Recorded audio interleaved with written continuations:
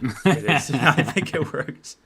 Let me actually pull up like all 15 streams on my phone. You check your stream, I check mine. Oh, Because we should it's a theoretically be live on my YouTube, first of all Twitch. Like, let's make sure we're live on Twitch. You're live. yeah. I see it. Yeah, are Am you I? live? Am I live? It'd be funny if I am only I live. was live. Great, I cannot great. believe Whew. this. And like people who've been doing this Streamio thing for like years, they can't figure this out. How was that for a first timer? You did great, honestly. And now I'm getting a notification that GM Naroditsky went live, so I'm feeling really confident that you are in fact live. Let me just see my own YouTube actually, because I'm also live on YouTube. This is unbelievable. Wow, you're here, there, everywhere. It's working. Everything's working. But people need to let us know first of all, like what the audio levels are like, and if they can see us and hear us well. Um, I've never been live before. It feels great. You know, it's funny. I just realized that, because we're doing the restream thing, that I haven't used Twitch in years. I didn't actually update the command for American Cup, so people are gonna get, they're gonna come in for the command and they're gonna They're leave gonna see like the empty-handed. 2020 American Cup. Yeah. I'm gonna actually put my YouTube like chat settings to subscriber only. I think. Okay. I feel like that'll be a smart idea. I'm gonna update this command right now, and I'm just gonna make one up. Yeah, do it. American Cup. Settings. How do I do This this? is this is pro stuff right here. Restrictions. Crap. Community. How do I do this? I'm trying to like. I I haven't used Twitch in so long, I forgot how to actually create a command, but now I've got the hang of it. I'm gonna say go to Danya's stream and use this command. Done. Yeah, all good. It seems like everybody can hear us well. Um, I'm glad, It's good to be back with Mr. Danya. Hey, people are so nice in your chat. oh yeah, people are always very nice. There's never any trolls. Thank you, Hayabusa, for the prime sub. Okay, no moderation for YouTube for now, but subject to change. Uh, you know, keeping a close eye on people's behavior. We should, trust but monitor, I guess is what you're saying. But should we talk about some chess? I see a bunch of moves are happening. I don't even know how to do this whole casual streaming thing anymore, but I'm going to be doing a lot more of it. So I hope people are going to be enjoying the show. I see a lot of first-time chatters in my channel, at least down here.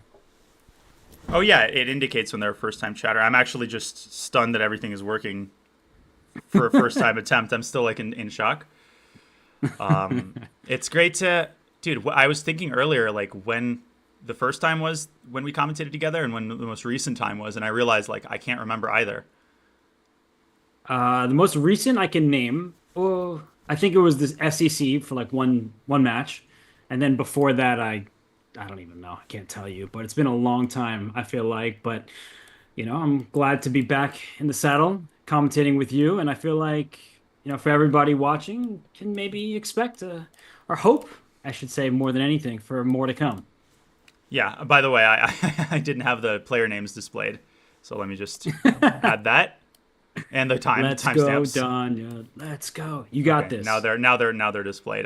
Basically, people can see our setup. We just have the live board over on the left, and then we'll be using the big board for the analysis board. And pretty self-explanatory stuff, I think. Well, Danya, I'm doing something in your channel real quick. What are you Let me doing in my let me know if channel? it worked. Let me know if it worked. Let me see. Did it work? I mean, where should I be looking at? I literally have 5 different screens. I think it worked. But what did you do? You can see now. Check your channel. My Twitch channel or my YouTube channel? Oh, you subscribed. You're That's my guy right So there. so this is my cue to subscribe to your channel. I see. Wait, I got you a hype train, I think. Whoa, you did get incoming hype train. Yes. I don't know what that means, but I hope people enjoy it. But okay, should we talk chess? What do you want to do? It's up to you, buddy. Yeah, I think we should talk chess. We'll have more people trickling in.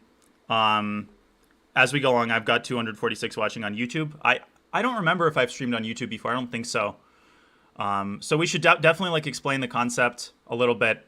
But I think we can start from the chess, and then as people trickle in, we can tell them a little bit about, ourselves and what we're doing. But right now we're watching the American Cup. And yesterday was a crazy day. Today is classical chess for the winners, and I suppose rapid for the losers, quote unquote losers. Oh, yeah, that's a touchy subject, isn't it, with the title? But they lost, so I guess that makes them into the losers bracket. Yeah, and one just last reminder, folks, if at any point our audio is bad or you can't see something or you want to suggest feedback, this is a garage operation. This is a Palo Alto studio, like startup-y vibe thing. So we want total honesty. And obviously, if something doesn't work or you can't hear us well or something lags, please do let us know in any of the chats. For sure.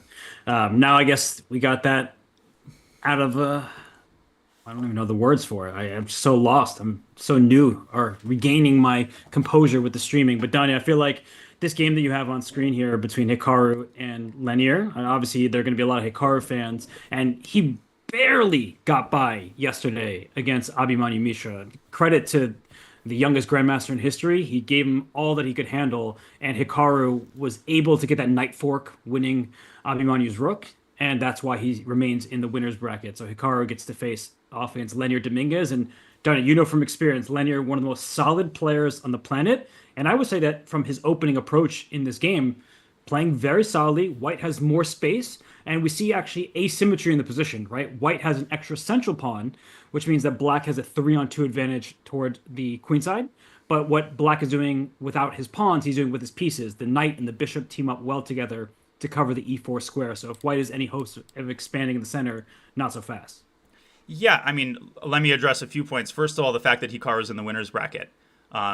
Did you watch his playoff against Abhimanyu Mishra? Like, are you aware of how crazy that was? Are people aware of how crazy this whole thing is? Like, did you see what happened? You put me onto it, Danya, and when I saw that, just the fork that Abhimanyu allowed, and that's what happens in blitz chess, right? Like even over the board, the nerves, especially with such prize at stake, and playing against someone as just prominent and successful as Hikaru, you're gonna make these blunders, and there are two passed pawns coming his way. But yeah, that must have been really disappointing, and you could see it on Abhimanyu's face, right? In the video, he was pretty distraught. Yeah, I mean, that game, Hikaru had to win, and he's like 3 pawns down in a rook endgame. Abhimanyu blunders the fork, and then even the very last game, it's just like Hikaru magic. But this is what happens in a tournament with mixed format like this. Like, you're going to get really high-level classical chess, and you're going to get crazy time scrambles, and so it's a really fun tournament to cover. Now, to add my thoughts on your very astute observations here, it's kind of surprising to me that this came from a Catalan. I would have guessed like a Queen's Indian. Of course, like all of these openings are pretty related. So let me quickly go through the 11 moves, Peter Lecco style. So we had, of course, knight f3. Now b6 here would be the Queen's Indian defense. d5 by Lenier, and Hikaru not really associated with the Catalan. I mean, Hikaru basically plays everything at this stage in his career, including e4 and king e2. And knight c3. So this already, it's the kind of move that if you're just like holding the arrow key down, Robert, you would obviously skip, because what could be more natural? But if you're a Catalan player, you know that it's actually non-standard to develop the knight this early. Much more popular is just to castle kingside. And now, if I remember correctly, d takes c4 is the standard move. I always get these two main Catalan lines confused. There's one line where Black gives a check and comes back, and then one line where Black takes on c4. Do you know what I'm talking about? I know exactly what you're talking about. And I think that you are correct, though. After knight c3, d takes c4 is probably the most played. And then White goes knight to e5 as a response, instead of just kind of allowing Black to keep that extra pawn. You go for it right away. And then Black has a number of possibilities. c5 is very common, just trying to aim at the white center. You do have a queen on d8. c5 is typically a move you want to play. But also knight c6 right away. If I'm not mistaken, Danya, this is that position that quickly gets into a bishops of opposite color dynamic, where the light squared bishop for Black I think at this stage fully compensates for the bad pawn structure, and sometimes even black goes down a pawn, but relies on that light square bishop to prove full compensation. Will it compensate for a full queen, though, if you play bishop b7? No, just kidding. Queen to e8, 358 games. Some dude played queen a4 here, not recommended. So you get this type of position. And as combative as it may seem, it does often fizzle out into a draw. This has been fully studied by the modern engines, by the Silicon fiends. So this is not the path that we went down because Lenya declined to take the pawn. He played knight bd7. I mean, how bad could this move be? Hikaru played queen to d3, which I've seen quite a few times in relation to this knight c3 line. You say basically you don't want to take on c4. I'm not giving you a second chance. Lenya says, okay, I'm going to play Queen's Indian style b6, maybe hinting at a possible bishop a6 move. Actually, that's a pretty serious threat. You don't want to allow that. C takes d5 is necessary. And actually, knight takes d5, like, would not necessarily be my instinct, but I prefer the King's Indian to the Queen's Indian, so wrong person to ask. Short castles, bishop b7, rook d1, almost Grunfeld vibes here after knight takes c3, bc, knight f6. I'm still seeing 2 games in Opening Explorer. Not sure who was playing this. I think black won both of them. One went knight e5 and the other went bishop g5. And this is the live position, folks. Yeah. I have a question. Well, actually, now that I'm looking at my channel, I see DJ Guard's asking that question that I was about to ask you, is why did black take on c3 there? Because that didn't look like a forced decision. It's not like white has already played e4, kicking the knight out of the center. So is the reason behind knight takes c3 from black's perspective that he was for some reason worried or didn't want to allow white to take on d5? Like, I don't think that would be my instinct if I were playing a blitz game to take that knight on c3. Yeah, it's a great question. You often like wait for white to play e4 before taking on c3. My instinct would be to play c7, c5. This is, contesting the center. This is often the move that you see in these structures. But things get very concrete, and maybe this is why white put a rook on d1. Maybe this move is aimed against the early c5, because here maybe white can play dc.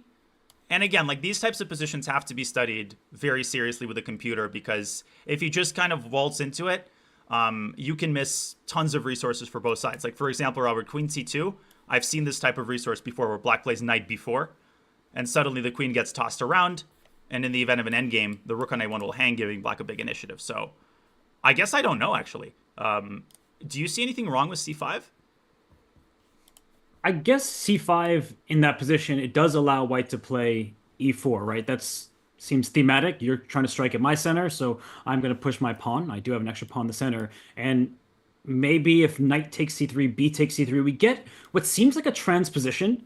And Leonard Dominguez, he is an all-star in these setups. But if I'm not mistaken, Donnie, after CD, we see that big center established from the white side, but it's not quite a full transposition because white didn't have to waste any time. The queen on d3, rook on d1 are perfectly situated. They're allowing for a potential d5 break. And just to emphasize that point, even if black plays knight f6, sometimes white actually sacrifices a pawn. I'm not sure if it's good here, but just trying to talk thematically for a second, that d5 and after Right. e takes d5, right? Then e5 is played by white, and you just get an outpost on d4 for your knight. The f5 square is really juicy in the future. And is that really a bishop on b7? It's not doing all that much. It's protecting your extra pawn, but that pawn actually you often want to get rid of from the black side. Well, as my coach Lef Sahis liked to quip, there are no bad bishops, there are only bad players. Something I heartily agree with, although I've had too many bad bishops in my life. This is a really important technique. You can call it like filling the square, and it makes visual sense. Like if you play e5 here, which would get you kicked out of your average Soviet chess camp for giving up such a juicy square.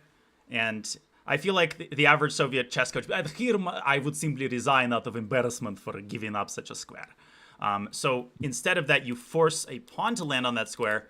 Just one of the many, many things that make chess beautiful is how, like, the enemy pawn, your own pieces can be your own worst enemy. Like, that concept in and of itself philosophically adds so much richness to the game.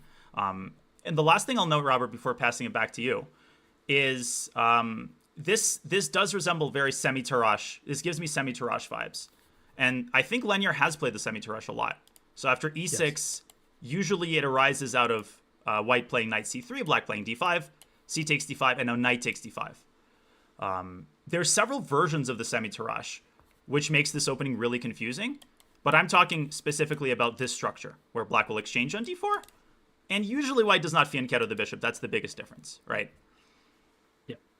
No, that's actually exactly what I was thinking of when I was talking about Lenier. You know, he is a stalwart from the black side of these positions, but I didn't remember the exact details. But White was perfectly prepared for that in this game with a queen on d3, a rook on d1. It seems like, you know, Hikaru did put his pieces on some great squares. So if we think in broad strokes, you're absolutely right, and that's really what I was getting at. But now that we're getting into specifics, I mean, Lenier did just play the move knight to f6 in the game, Danya, and it's Hikaru who's on the clock. So there's something about this that he may not love in his position. And I do want to point out that Lenier's last move, not only does it prevent e4 in the live game, it also stopped a tactic. If we just go back a half move and instead of knight to f6 put some silly move like a6, kind of a useless looking move, there's that knight g5 idea, threatening checkmate on h7, and as you like to say, LPDO, and no, that's not Lenier's initials. In this case, it's loose pieces drop off, and that b7 bishop is loose, and it's actually not winning material, at least not heavy material, but it does get white a huge advantage because the light square bishop, that's the key to the castle. I'm sorry, I'm still laughing at it's not Lenier's initials because Lenier, I think he had an ICC account, or his old chess.com account was lead. I was like, lead dope. I was like, oh, that's account name's pretty dope. But it stands for Lenier Dominguez Perez, I think, which is his full name. Yeah. But you're absolutely right. Knight g5 sometimes can be a absolutely devastating move if the rook on a8 will be trapped. But positionally, this is devastating. You don't want to lose this bishop. It's the heart of your position. Very well spotted. And let's check opening explore. Yeah, still 2 games. So Hikaru, he's taking quite a long think. I think 10 minutes plus now in this move. Lenier has to be very happy here. I mean, black's position is very healthy. There are no targets. It's not entirely clear where white should bring this bishop out because bishop g5 can be kicked out with h6 at the very least. Bishop f4, sorry. Bishop f4, like what is it really doing there? I think black has fully solved his opening problems here.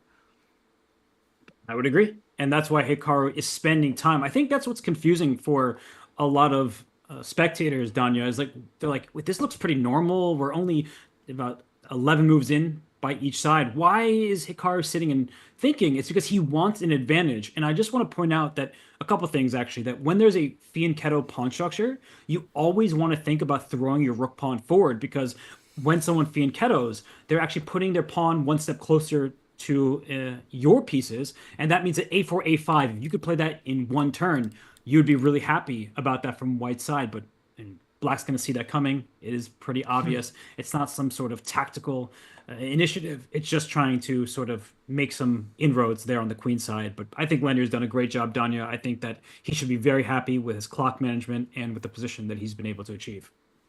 Yeah, he's one of the least sort of talked about, as you put it, stalwarts at. Well, you said that word in relation to the opening, but he's just a stalwart, period. To continue competing. Of course, he's dropped off a little bit. That just happens as you grow in years. But he remains just an incredibly dangerous threat. Such a versatile player. He can hand you your credentials in a sharp knight, or he can play like a very quiet positional opening and do it masterfully. So always fun to watch. Position is equal. We'll keep an eye on this one. Shall we keep cycling around the winner's bracket?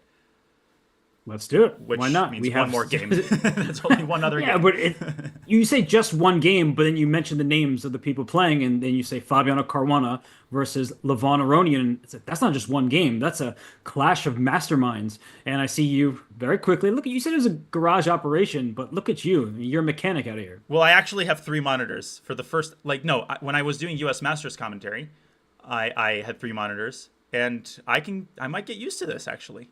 Some people will be like, well, you are used to this. But no, I mean, there's a lot going on. I still need to pop out my YouTube chat. But honestly, I'm giving ourselves a pat on the back for now. I don't want to jinx it, of course.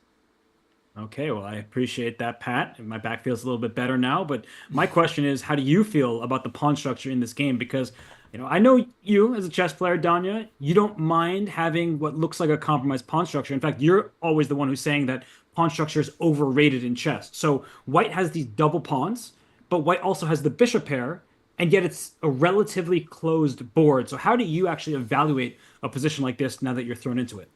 Yeah, I mean, your kind of opening biases always factor in when you're trying to evaluate a position, which objectively is double-edged, as we see NB to D7, Levon completing his development.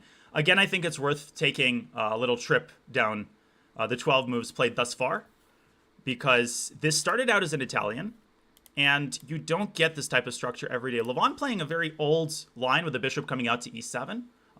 Obviously, bishop C5 has been the center of attention now for quite a while, but bishop E7, it's a very reputable, very solid line. Knight to C3.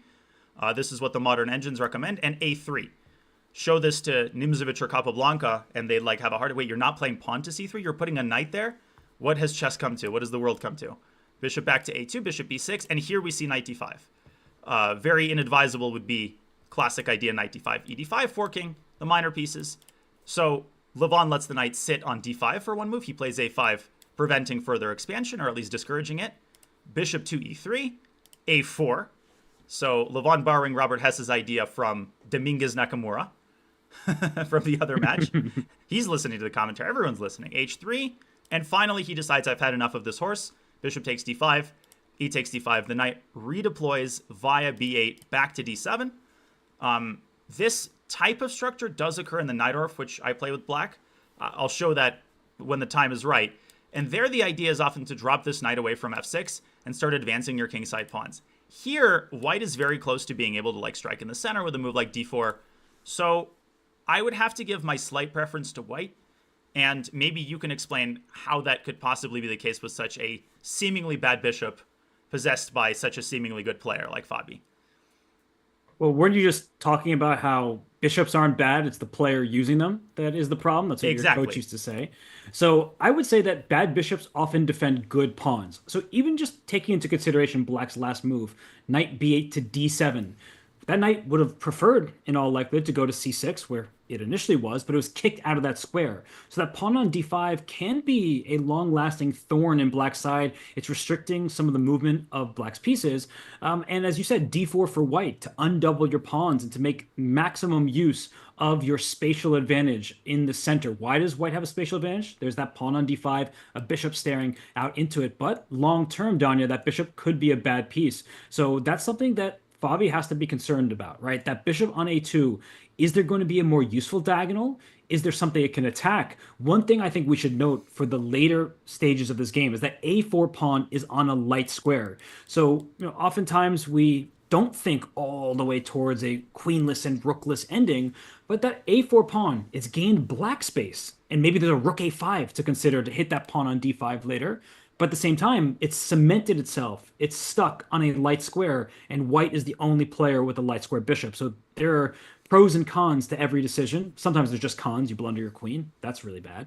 But Donnie, I would say that that pawn on a4, it could be a strength, but it also, just like the d5 pawn, could be a weakness if the opponent targets it.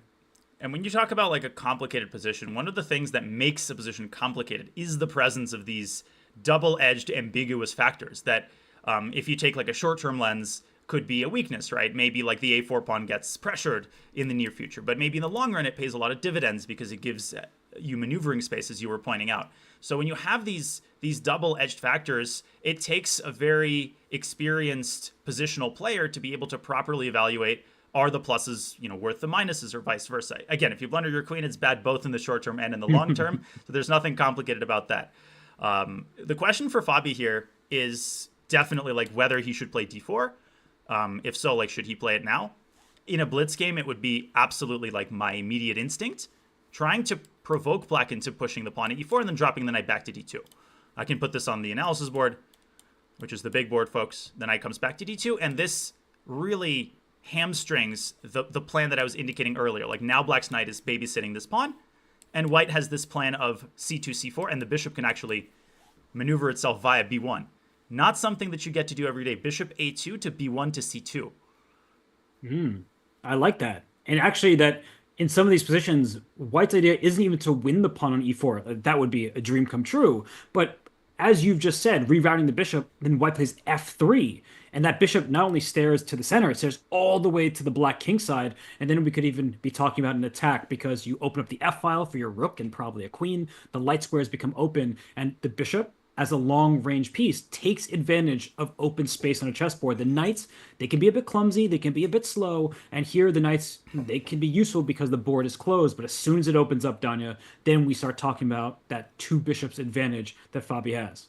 So, explain to me for a second, after d4, like what is the hesitation for Fabi in your view? Like if you examine the wheels turning in his brain, is he thinking maybe about starting with c4? Is he worried about a response to d4 like rook to e8, which I think is much likelier? I think e4 is a very serious positional concession, because one question you always want to ask when you play a move that causes an explosion like d4 is, am I actually threatening anything? Like, what is my next move? And if you think about it that way, I mean, d takes c5 is not really a threat because it opens up the dark squared bishop. For black, I mean, at the very least, it has to be, yes, it undoubles the pawns, true, but it gives black this c5 square and more maneuvering space on the queen side. You know, you raise a really good point because I think, at least in theory, that trading the d4 pawn, which was the d3 pawn, for the e5 pawn, that sounds good for white. You're undoubling your pawns with the trade, but as you just point out, the bishop on e7, thanks to Levon's, what was that, fourth move of the game, that he intentionally put his bishop on a passive square, suddenly that bishop comes to light. And the worst thing that white could get in the future is a bad light square bishop against a knight on an outpost. So if you don't mind, Danya, and you let's say play rook e8 and play de5, de5, and we're just gonna manufacture what we're talking about here.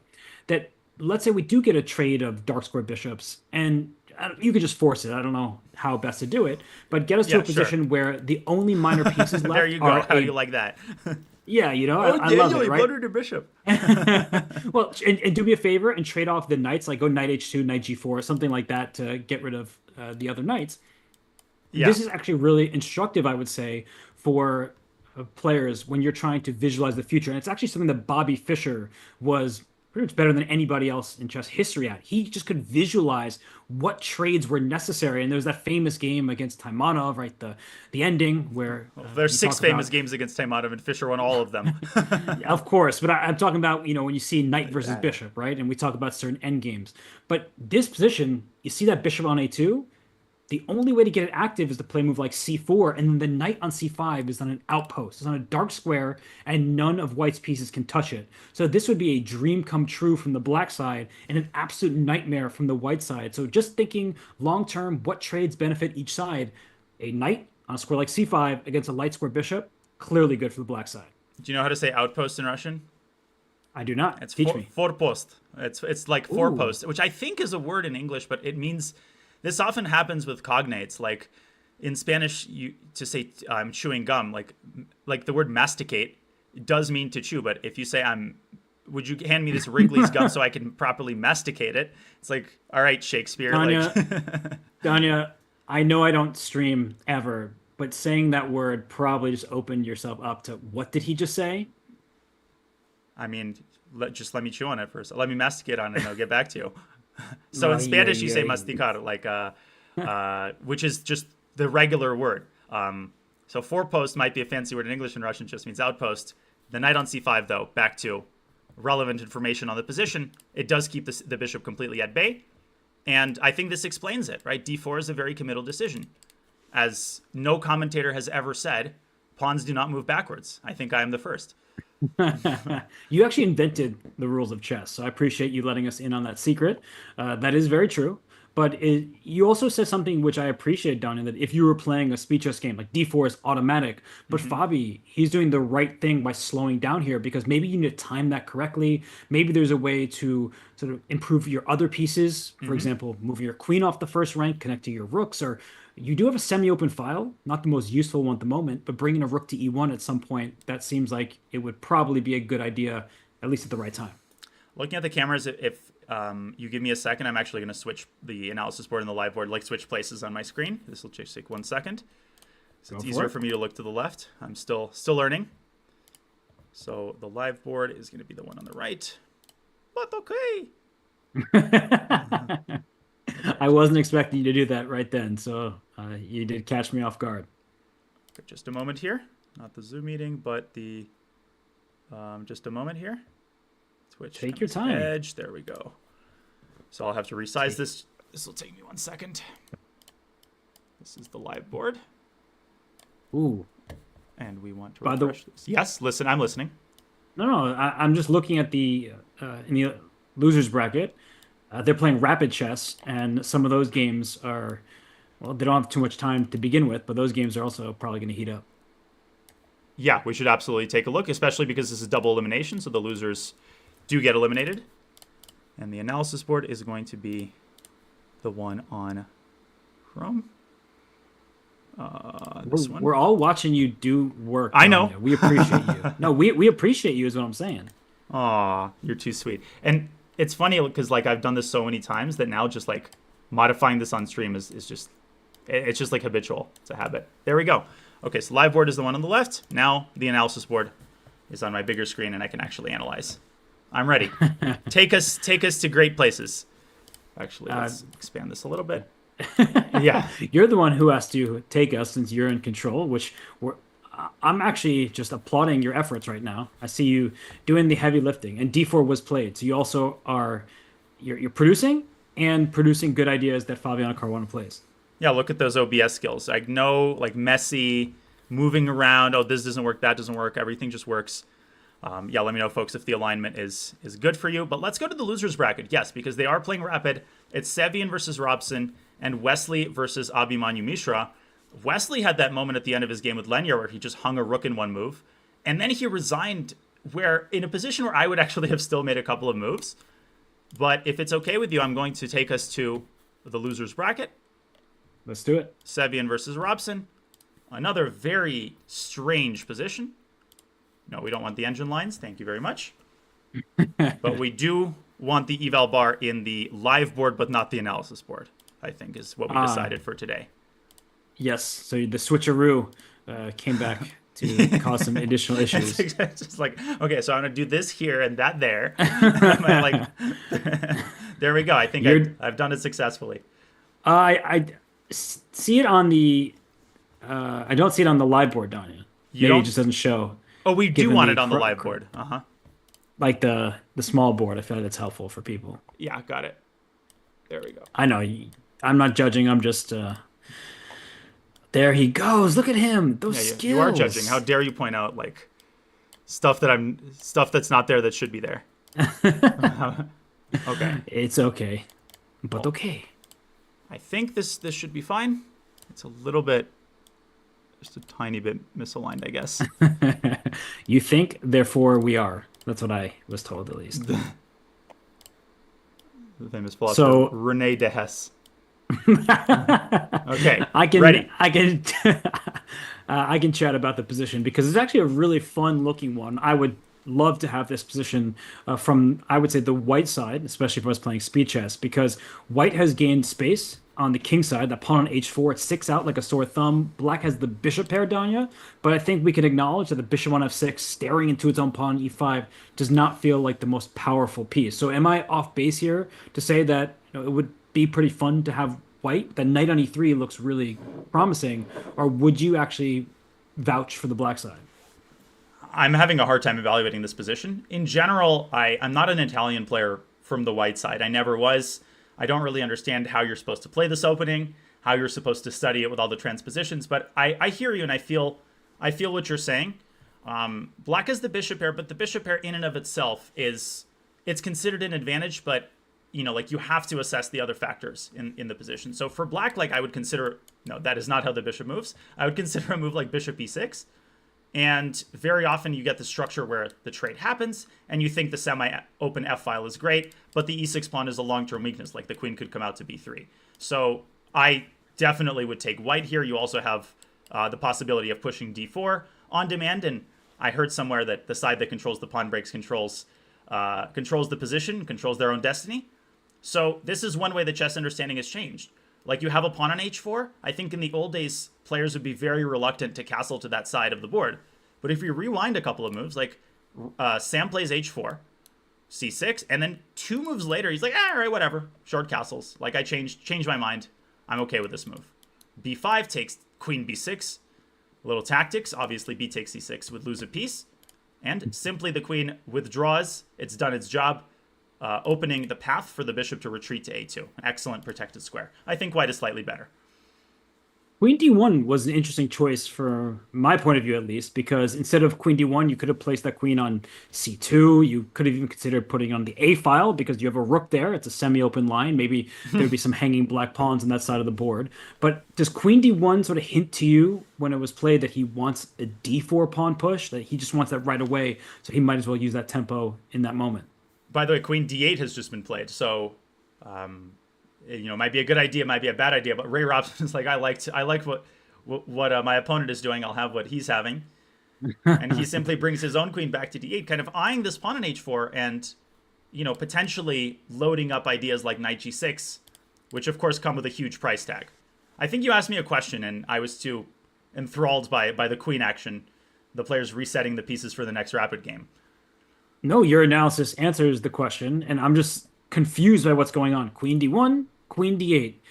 Is there really a threat? You mentioned knight moving, the H4 pawn being a bit loose, but white can always play G3. In fact, right now, I would consider playing G3. We typically tell people to avoid pushing too many pawns on the side that their king exists, but what do? You have a bishop H3, your rook slides out the way, king H2 to follow. That's not actually threatening. So I know these are some chess principles, but the best players in the world, they say, okay, I understand your principles, but I know how this game goes. It's okay. There's not enough pieces to go checkmate me. And speaking of principles, playing in the center, Sam Sevian says, I'll have some of that. He pushes his pawn. So, Danya, what do you make of this decision? Does it help that bishop on F6, or does it really just help white's pieces? Queen D3, rook D1. We'll see them start flowing. Again, all principles are going out the window this game. You're castling to the same side that you've pushed a pawn. Now you're opening up the position against a player who's got the bishop pair.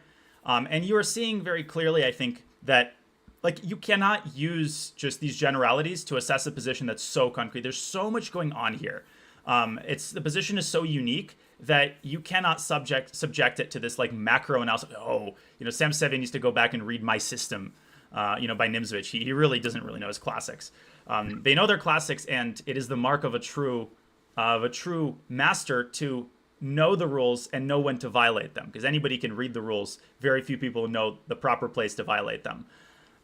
Proper place to violate them is the American Cup losers semifinals. What is the time control, Robert? Maybe we can quickly rehash for the rapid and for the classical.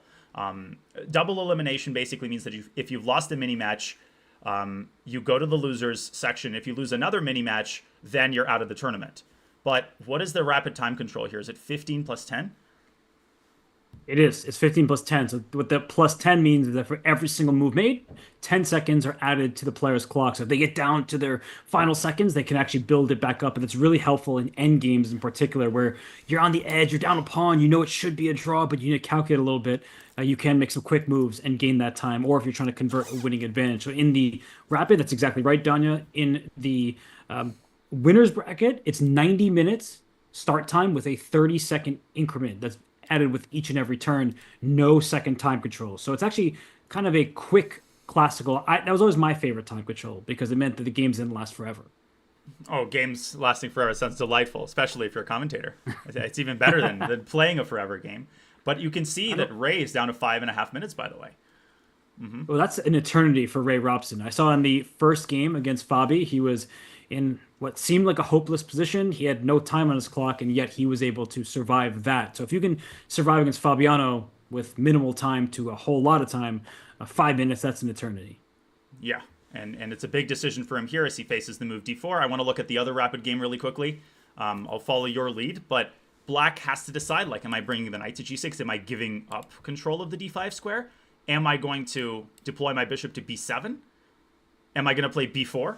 Which was not on my radar until Ray played it, just trying to open up the board, open up the queen side, make more real estate for this bishop, maybe to come out to a6. It's going to be a really, really exciting position. I could see this fizzling out. I could see white trading on e5 and swapping the queens and playing knight d5 and swapping the knights.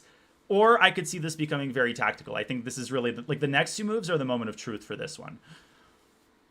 I would definitely want to keep it tactical if I were Sevian, given the advantage on time, like you mentioned. Queen d3 feels pretty automatic, but yeah, that position's going to open up. There's also this a pawn that could be a long-term benefit for Black, a passer. But I do agree with you, Daniel. Why don't we head to, if you're willing, we could head to the other rapid game, just because Wesley So and Abhimanyu Mishra, they're about even on the clock. And I do like Wesley's position. I actually think that if you made me choose, say, three people on the planet to play this position from the white side, he would be one of them.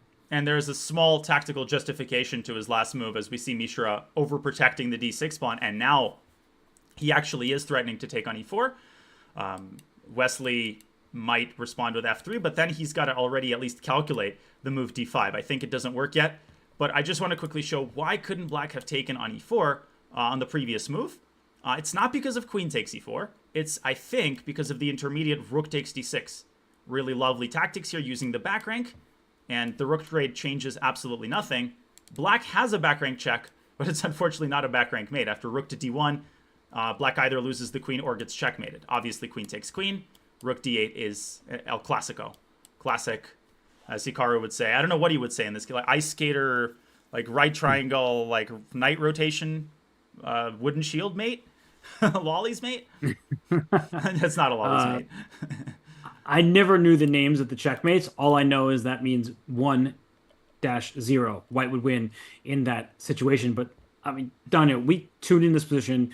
I was going to mention some of the imbalances, knight versus bishop. Black has this backwards pawn. I think we should highlight the d6 pawn in particular. It's the most annoying pawn to have to defend, and that happens in the Najdorf, is you give up the square in front of it, the d5 square. White puts the bishop in. If the knight captures, the rook captures. You don't want to take with the pawn, everybody, because that actually shuts down your rooks. It makes them kind of useless, just staring into your own pawn. So you take with the rook, and then you start expanding either on the queen side or the king side, f4 ideas in the future. So I would much prefer to have the white side here. I mean, objectively speaking, it's obviously better for white, but Danya, I really believe that Wesley is the type of player who thrives in positions like this. Yeah, like the three players on the planet who you indicated who would prefer black here, just like are colorblind.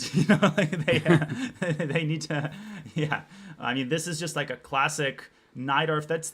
It's not that it's gone terribly wrong. Like as a lifelong Najdorf player, I've had these types of positions. I remember a game with Benjamin Bach, which actually is scarily similar after knight takes, rook takes, and I was able to hold it because the principle of two weaknesses often applies. As long as you can keep the d6 pawn protected, and that might require, the goalie to come out to kick the corner, you're okay because there are no other immediate targets. But the problem is, as you said, white starts expanding, and eventually your pieces get kicked out, and eventually something is very likely to give, especially in like a rapid time control when you don't have a lot of time to figure out the right defensive setup. If I were Abhimanyu, I would seriously consider staking my claim on the queen side early, maybe pushing b5 and trying to halt the easy progress of white's queen side pawns. But having this against Wesley, there's not a lot of things that I'd rather have. Like I no, it's the opposite. I think I'd rather have a lot of things than this position with black against Wesley. But people watching this against Najdorf, that sounds terrible. Like, I get this position?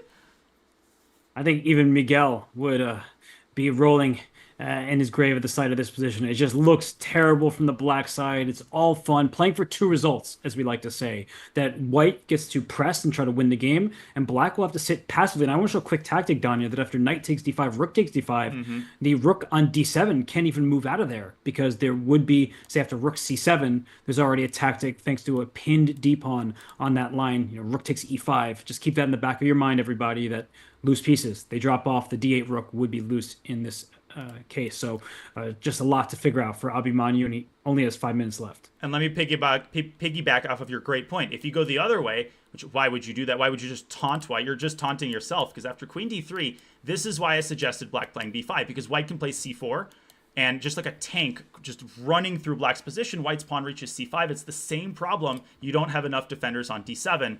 And guess what? As I speak, b5, I think, has been played. Abhimanyu, he knows his Najdorf. I think Miguel can sleep peacefully, knowing that b5, a pawn has appeared on the square that it's supposed to appear in the Najdorf. Yeah, well, I'm with you. Great find there from Abhimanyu, but I do think it's difficult to play this from the black side. My move here, well, I would consider a few moves. h4, just gaining space, giving your king luft so there's no back ring checkmate. That's 100% going to be the move in the game, by the way. Continue. Yeah, or rook d1 to d3, a little bit of a rook lift here, because black's rooks, they're kind of barricaded in. The d6 pawn is preventing them from gaining activity, so rook d1 to d3, maybe slide it up rook to g3 or h3, depending on how black responds, but I think that rook lift is going to be valuable for white. I mean, Wesley and Robert, the dream team, they are aligned. h4 has been played. And it's the presence of these open-ended moves and the fact that you have an infinite supply of them, which makes such a position difficult. I often say this, like, this is hard to play with little time. Like, why? Because, like, try making a move for black, right? Maybe Abimanyu plays h6, but that's going to be a target. Like, maybe he plays king f8, but then h7 is weak. When you're on the defending side here, every move has a price tag attached to it. There's no vice versa. When you're attacking, move h4 has no downsides. I'm with you. And I think a big moment here is if black can consider queen c4. But I already mentioned it, playing for two results. That he played h6. I think it's a good choice. But queen c4 would have just further ruined black's pawn structure. Yeah, the queen's come off. That sounds good. You're not going to get checkmated, at least all likelihood. But after a trade, white can then start bringing the king in. You're pointing out rook lifts, and black's rooks are stuck because if you do move off the d file, there still be rook takes e5 ideas as well, and this just looks like it's too much to bear. And Robert, look at this. I think your playing career might have to be resurrected because he played h4, and then he played your second suggestion in succession, rook 1 to d3 on the board, and the material that he has at his disposal, more than enough to mount a very quick attack. The presence of this rook takes e5 idea, which you very relevantly noticed. It's the principle of two weaknesses in classic operation, right? What's the second weakness? Well, it doesn't have to be a weakness. It can be a target, right, on g7. This pawn is not a weakness, but if white doubles up on it, who cares what it's called? Queen takes g7 is called checkmate, and I don't think Abimanyu Mishra wants it to happen on the board. No, not at all. And I love that move, rook to d3. And I typically like these positions because it's like a harmless position. There's no sacrifices that black can execute to go after white. And you see the shuffling. It's beginning. Rook to e7. I do like that move, Danya, because maybe rook e6, a rook lift of black's own. You protect d6 from an active square. Rook over to g6 at some point, and maybe there's going to be a counterattack. So I do like how Abimanyu's playing, but look at Wesley go. This is a confident Wesley So. h5.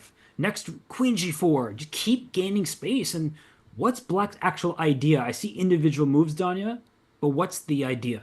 Well, if you look over at the eval bar, which I haven't been doing because I'm just trusting our stream to keep running, and that's where I'm looking at that eval. It's giving like a smidge, only a smidge for white, and that's so misleading because the computer has no appointments to get to. It doesn't have, lunch that it has to eat. It can wait infinitely, and I think modern defensive strategy, calls for waiting as a critical idea. This is what people struggled with, in the 1800s. They needed action. They needed to play f5 here. For someone like Mishra, he doesn't mind playing rook f6 and rook e6 and shuffling. And at some point, that's what it comes down to. Wesley has to prove himself on the king side, which he's very much trying to do. And what is Abimanyu's idea now? Queen e8, queen f8? How is he actually guarding this pawn? And white can make small moves, like the incremental progress. Maybe play king to h2 at the right moment if you feel like that's the right way to go. Or king f1, king e2 if you feel like the center is available and you're not going to get in any trouble. Pawn to a3 if you feel like that's the right square. So I feel like white has this choice of tiny moves. And sometimes you see ghosts in these positions, Danya, where you're playing this on the black side. You're like, okay, is white going to start pushing a4 at the right moment and my position's going to fall apart? So Abimanyu needs to keep time on the clock here. If he gets down under 2 minutes, I'm sorry, you're not going to be in for a fun time against Wesley. I think this is a low blow, but Wesley doesn't have any knights on the board. So, Abimanyu definitely had his nightmares yesterday. I was very impressed with his composure, honestly. I wanted to shout him out because, blundering that against Hikaru, and he did end up losing the match. He was obviously very distraught, as anybody would be as Queen E8 appears on the board. But there was no raging. There was no slamming. He shook Hikaru's hand. He got up. He was incredibly professional. And Robert, that must have been so painful to be that close to knocking Hikaru into the loser's bracket. I was going to say out of the tournament, but no. Hikaru in the loser's bracket is still very much Hikaru. Yes, he's been able to exit, or I guess you say kind of ascend from the loser's bracket, and he's won events of the Champions Chess Tour and elsewhere, even despite facing an early loss. So Queen E8, Dinah, this just doesn't feel that pleasant. I'm going to keep an eye on some of the other games to see how much progress we have. It looks like Hikaru versus Linear, not too much has happened, honestly. None. Just it's different time controls. They're playing classical chess while this is rapid. And Fabi against Levon, I do like Fabi's position. I think he's gaining some important space. And the other rapid game in the losers bracket, Sevian versus Robson. A few things have changed. The position is opening up, but not all that much. So I'll trust you, Daniel, wherever you want to go. I'm happy to follow your lead. Yeah, like let's wait for like I assume Queen F8 is going to be played because G6 is it's Harakiri, old chess or Hikaru Kiri. And after Queen F8, I'm just curious to see how Wesley continues to tighten the screws. Like, will he play A2, A4 and try to open up a second front? Maybe we can wait for his move and then quickly swing over to the other rapid game or Fabi's game, which has had an interesting transformation. So I'm a little bit concerned for Abimanyu. He hasn't played Queen F8 yet. He plays G6. Okay. Ooh.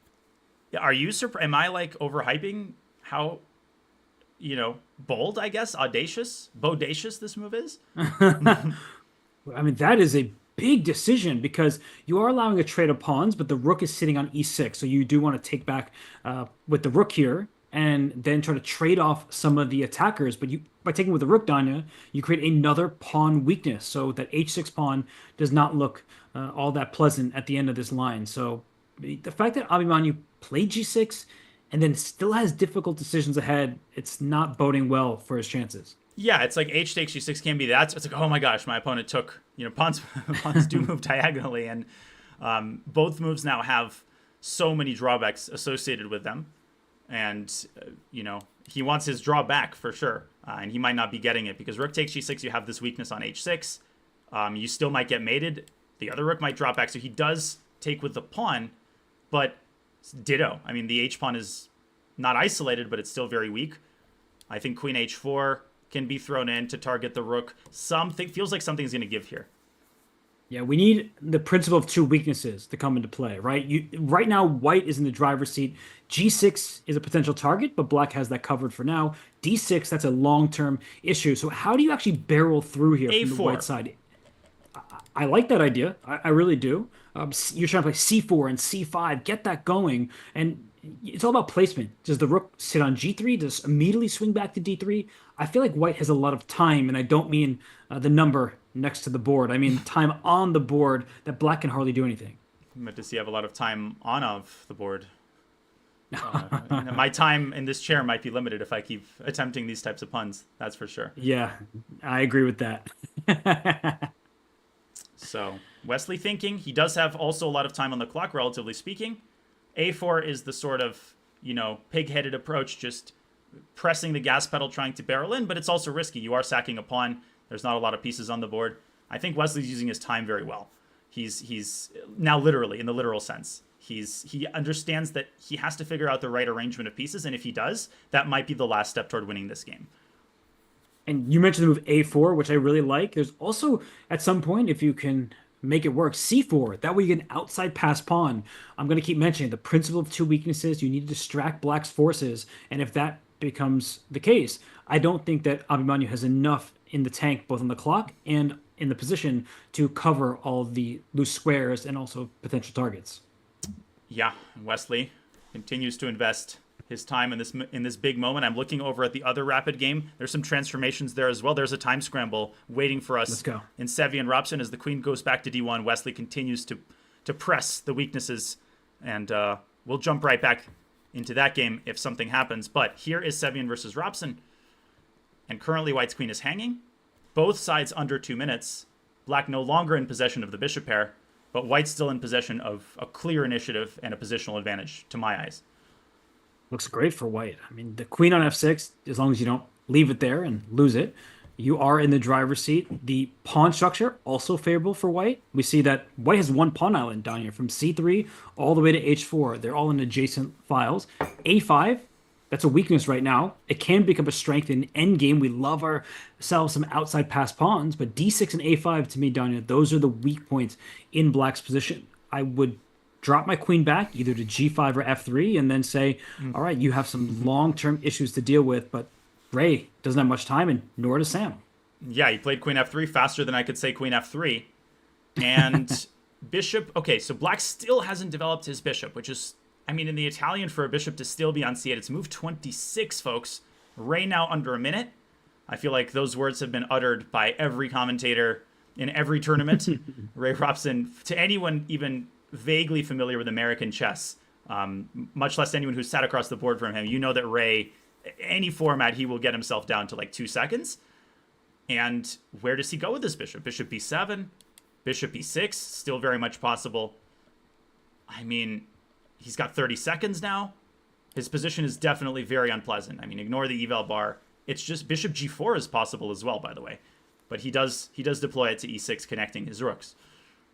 But this is one of those moves that it trades off some of the attackers. It does make you feel a little bit safer. But after bishop takes e6, fe, and queen h3, oh, goes rook a4. Wow, what a decision that was. Serving it I played up. it quickly. Actually, I love that move. I will give Sam Sevian credit where it's due. It just creates more issues for black. Do I take on c4? No, the rook takes back. My queen has to move. The d5 square is juicy. The knight on g8, Danya, not playing a part in this game. Like, I mean, I didn't even realize his bishop was on c8 and his knight was on g8 when, like, 30% of your pieces are on their initial squares in the middle game. That's rarely a good sign. The bishop comes back to d7. Excellent move. Now, he's tempting Sevian to jump into d5, but this would be a classic example of one move-itis, right? It feels great to threaten the queen, but once the queen drops back, what doesn't feel great is the fact that I don't have time to make these moves on the board. The rook will be hanging, and it has to lose contact with the bishop. So I think Sam might do well to drop back to a2. You see this very often, Robert. He goes to a3, even better, keeping the c3 square, c3 pawn under lock and key.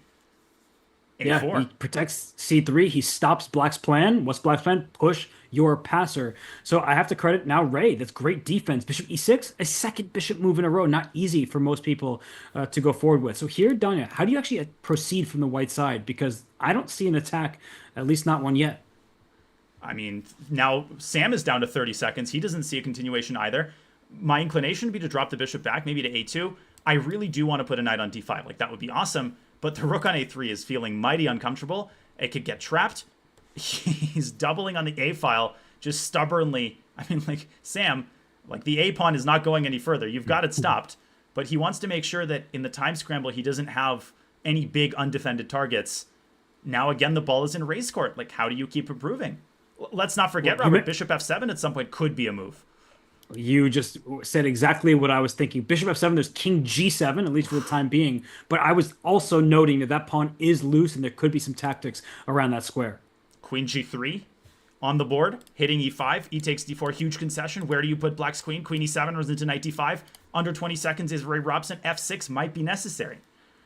Oh, f6 is such an ugly move. You could even consider taking the knight on g8, knight d5 to follow. It does feel like black is very loose in this position. That a4 pawn, it can be an asset, but also maybe a liability. So down at queen f6, do you like this decision? He might even tuck that queen to g7. Oh, that's, I mean, just lovely use of every square inch of the board by Ray. And then suddenly the d4 pawn turns from a strength to a weakness, right? We thought the e5 pawn was under pressure, but now a little switcheroo as Sam Sevian deploys the knight, ensconces it on d5.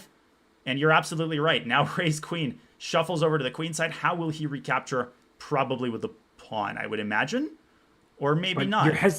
Your hesitation is one that I was feeling. Because my first instinct was, I really want the queens off the board, but I was worried that queen takes d5 ran in some tactics. And de5, how to proceed? I don't like these rooks, Danya. Rook a3, rook a1, they're not doing that much. Get them to some open files. I don't know how. Bishop d3, that looks like a normal move. c4 next. Well, once c4 is played, the rooks will have a ready-made employment post. Just go rook c1, push c5. Black doesn't have that luxury of deploying his own rooks both to the c file. If you put a rook on c8, you run into knight b6. 5 seconds for Ray. Tries to get his rook active, rook b2. It doesn't threaten anything, though. I think he's potentially trying to double on the b file. He also stopped bishop c2 from hitting that a4 pawn, so it's an aggressive move that also has defensive intention. So now what, Danya? I mean, rook a2 trading rooks just to get bishop c2, and that feels a bit slow. But if that b2 rook is off the board, then there's knight b6 ideas as well. Knight e3, the retreating knight move, threatening to redeploy to c4. I have to say, both sides so far playing at a very, very high level given the time situation. But, I mean, the blunder could happen at any second. Ray's got 3 of them to make his move.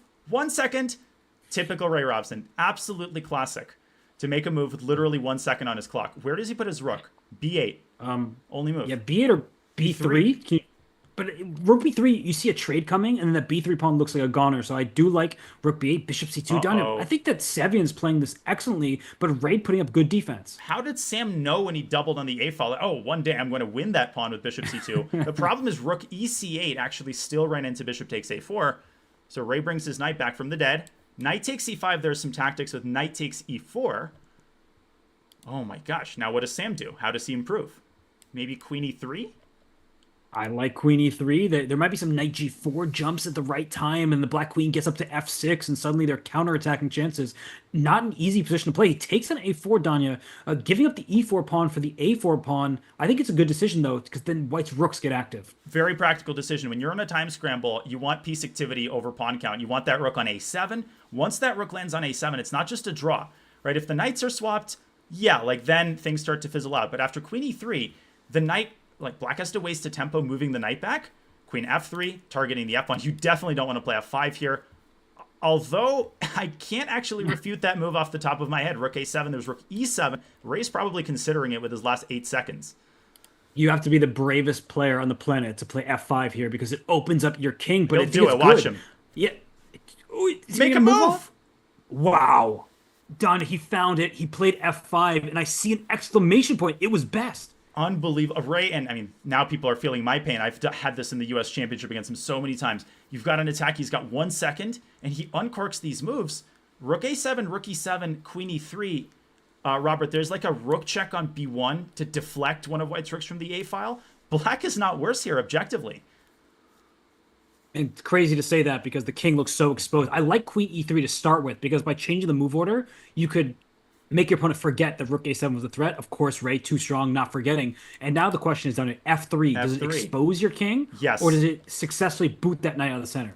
I think it exposes your king more so. And now rook b1 check is tempting, but might walk into knight takes e5 at the end. There's so much to keep track of here. Maybe you double on the e-file, rook b to e8. He does give the check. But wait, takes and knight takes e5. Am I crazy or does that win a pawn? Or both? I don't think you're crazy, but rook c7, keeping your rook on a safe square while hitting the c3 pawn. I still like white, and the reason why, Danya, is the g5 square. Watch out for the future of this game. If both knights remain, if a knight g5 happens, the black king will be the one that's in trouble. But Ray is putting up masterful defense. Phenomenal play. And if you play queen f4 first, you might walk into a knight fork on e2. There is rook b1 to e1, but I would actually start by dropping my knight back to f3. It gives you more flexibility. It discourages knight takes e3. On the other hand, it encourages queen takes e3. With 6 seconds, you have to weigh these pros and cons. And he drops back to f3. He does play the knight back first. Would you take with the queen, Robert? Well, too late. I definitely would have thought about it, but rook c3 with the tempo, how could you pass that up? I'm still worried about the black king because a rook c1 check not happening anytime soon. There's a queen on f4. The white king always has the h2 square. You need to keep this knight on e4. And Danya, I wouldn't be surprised if a rook takes e4 and exchange sacrifice at the right point was going to be in the cards. But queen c7, love that move. Amazing. Just like Ray playing so precisely here. And if he can get the queens off the board, white might have a token advantage because of the g5 square, but the game is going to end in a draw. Knight e5 here would be too brazen, and just like you got to applaud this game. You got to applaud both players. This is going to be a draw. Should we switch over to Wesley versus Mishra, which is in a queen endgame? Let's go. I still think that Sam has some chances with the better pawn structure, but we should go to the other game. I'm keeping an eye on this one as we switch. This is the position. Wesley still with 2 minutes in possession. Wow. And Abimanyu knows all about queen endgames. He beat Hikaru Nakamura from one, but this time he's firmly on the defensive. I mean, look at that c5 pawn, or should I call it a c6 pawn, as that's white's next move. And black would need to successfully get a pawn like to g3 now to have any chance, but the queen on d6 is too powerful. The white king perfectly placed to win that pawn f2. So unless you give up some endless checks, perpetual check, white should be able to win the game, but always look for those checks. And down at queen c4 check, there'll be plenty more to follow from there. And of course, like you can try to play g5, g3, but chief arbiter Maya Myers might come in and stop you. Also, white's queen on d6 would stop you. And Wesley, again, notice the patience. Like, queen h2 check has to be evaluated, but it's not about the quantity of pawns in queen endgames. We know all the cliches. After c6, you also have to be very careful. Like, queen c4 check, king takes f2, queen c2 check. I mean, you might get into a situation where the only way to get out of perpetual is to give up the c-pawn, and I think that's what Wesley was worried about. g4, queen d5 check would force a winning pawn endgame. What a devilish little move by Wesley. King h4, I think, might be the path forward, literally and figuratively. Oh, that's queen f4, queen a4, queen h1, queen h3, mate. No way. King g2. To face that move with 10 seconds on your clock, how is Abimanyu even going to respond here? I don't think he can. It's just mate. Queen h1, queen h3, queen f3, then queen f5, and queen takes f2. It's check, and you trade queens, game over. What a pattern. What a That was pattern. And watch him unbelievable. execute it. He's pre-moved it. Queen F5 or Queen F3. Both moves were winning, actually. This is Yeah, it makes no Troitsky difference. Central right here, Robert. I know most people in the chat are like, who's Troitsky? But They should wait in line for that reference, shouldn't they? is that a pun? Yeah, the Troitsky line. A Troitsky line? Yeah. Are you confusing Troitsky and Trotsky? Wait, the two knights isn't that Troitsky? Like the two knight endgame versus Oh, it pawn? is Troitsky. Yeah, it is Troitsky. But Yeah, he's so also like a see- study composer. Yeah, but you didn't get my pun, and I just thought it was a pretty good one. But did Abhimanyu Mishra get Wesley's pawn? Is this actually winning? It is, I think, just It's King definitely G3 and winning. King G4, yeah. Yeah, just bring your king up there. Unbelievable. And we will have to check what the defense was for Mishra, because apparently this was Queen D1 check was a mistake, but one thing at a time.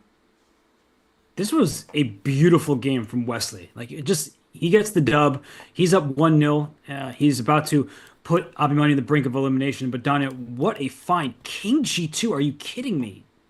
Are you kinging me? I mean, what a line. And let's wait until the Sevi and Robson time scramble finishes. We'll come back to this one and show the proper defense. I'm not really seeing too much intrigue. If I may quickly cycle us over, as self-respecting commentator, we have to, despite the fact that this is like a sponge that's been wrung out, the players are going through the motions. I think it's with 99% certainty we'll have a draw here momentarily. Yeah, better for white because still that G6 pawn, it's a little bit vulnerable. The white king would love to step forward in the dark squares, but there's really no way forward. If he survived everything that came before this moment, to lose this endgame would be devastating.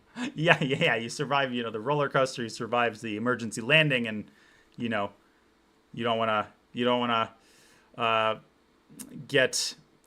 an accident happen to you back home as you're watching some American Cup commentary. I think if he can keep this G pawn protected, he's good. Yes, and he's putting his knight on f8. There is no mate. There's also no way to win the g6 pawn with a knight from there. So I do think that Ray has everything under control. And Danya, I mean, what a defense. I mean, seriously, I just think that sometimes people don't get enough credit when they play perfectly well because people just press the arrow key, right? It's like, oh, okay, no change in the evaluation. But that was really difficult to find each and every turn. The arrow key or the space bar, and just like in sports, defense is not always sexy. It's not always immediately aesthetically pleasing. And so it takes a little bit more mental investment. Wait a second. Knight h7, knight f4, knight f8. There's rook takes g6. Oh my gosh, that's like the only thing that you can miss. But so he allows the knight to get to g5. The problem is you have no support cast. Congratulations. You finally got into the outpost. But the party's over. The attendees have left. No more food on the table. The only way white could win is if the king and the knight could share that square. Right? Then you're really making progress. A knight e6 check, trying to get the g6 pawn, but you're not getting all that. Come on. I just wanted to show very quickly, what was I talking about? Why did I get excited briefly? Because if knight h7 stopping knight g5, the knight dance ends in tragedy after rook takes g6, and this might still be a draw. Like, I'm putting all these moves on the analysis board, folks. But, I mean, I would not flirt. You're flirting with serious disaster if you're relying on a pawn down knight endgame. Okay, what do we have here? I think knight h3 is a signal that it might be time for lunch. I don't even know if the players have time for lunch in between the two rapid games.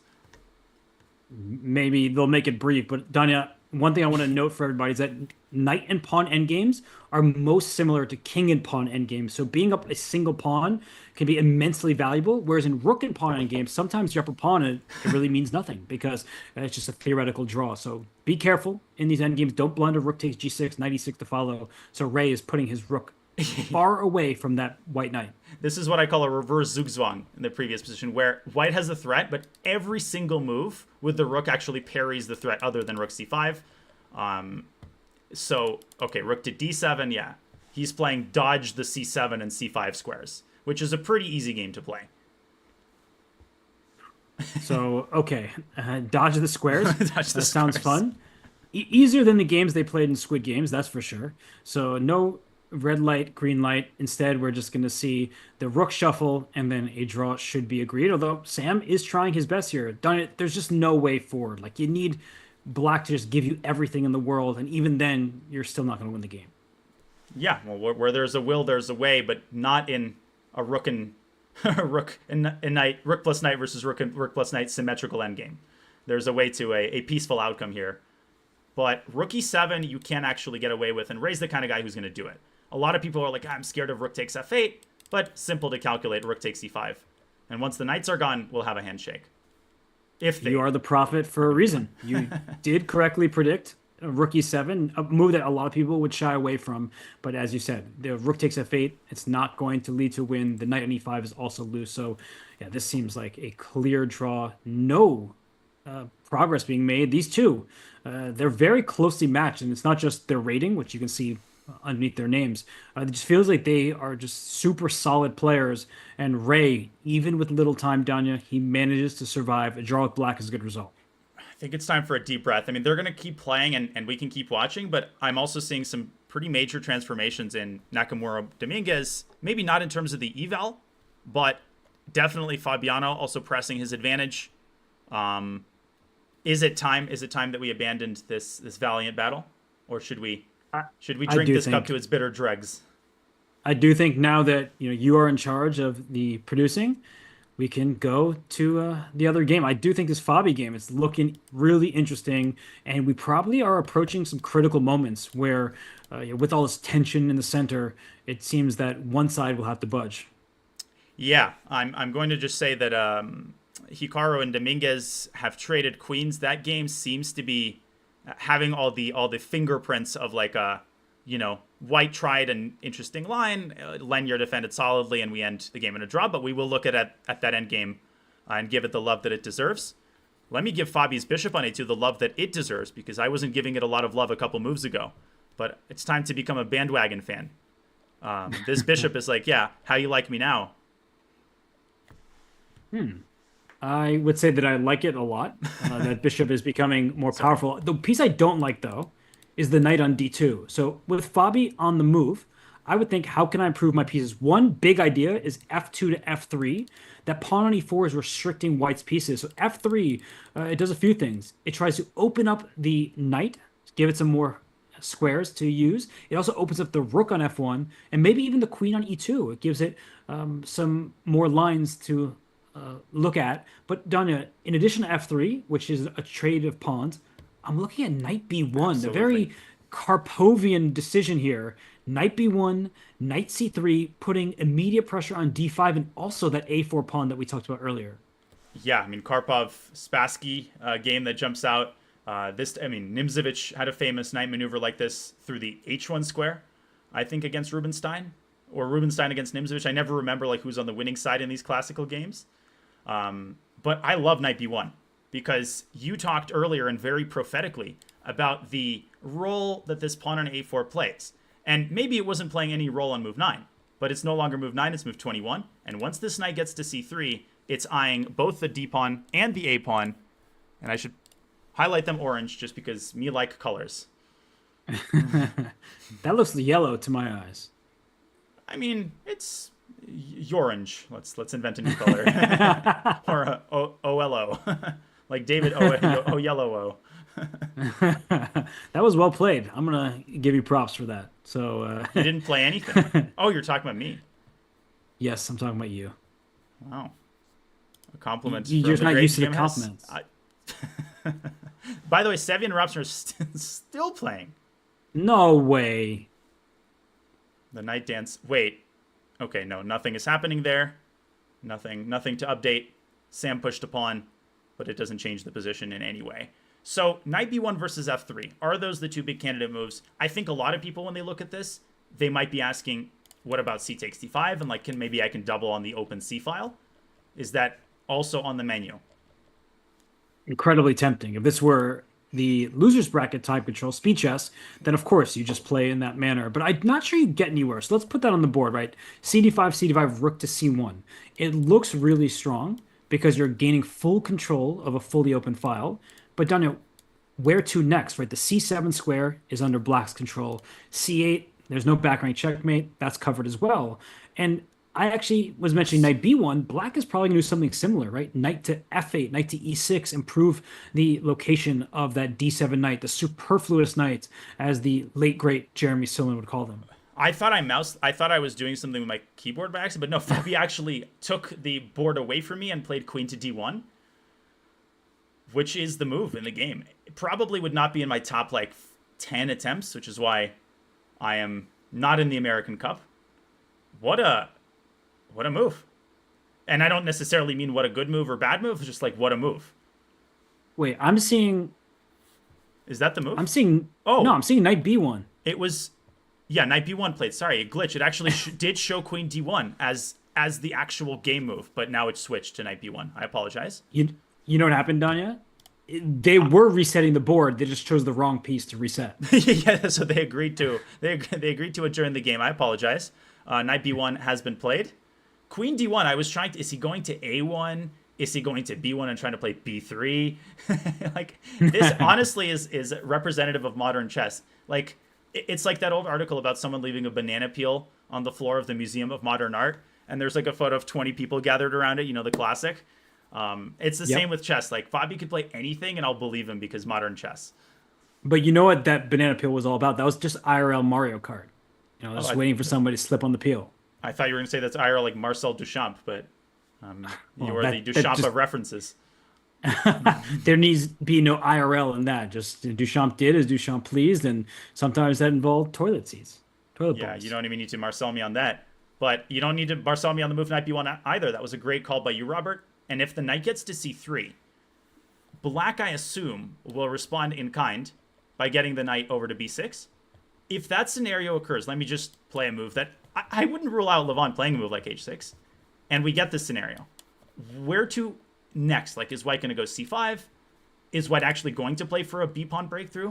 What would catch your eye, and do you think this is likely for Levon to put a knight here?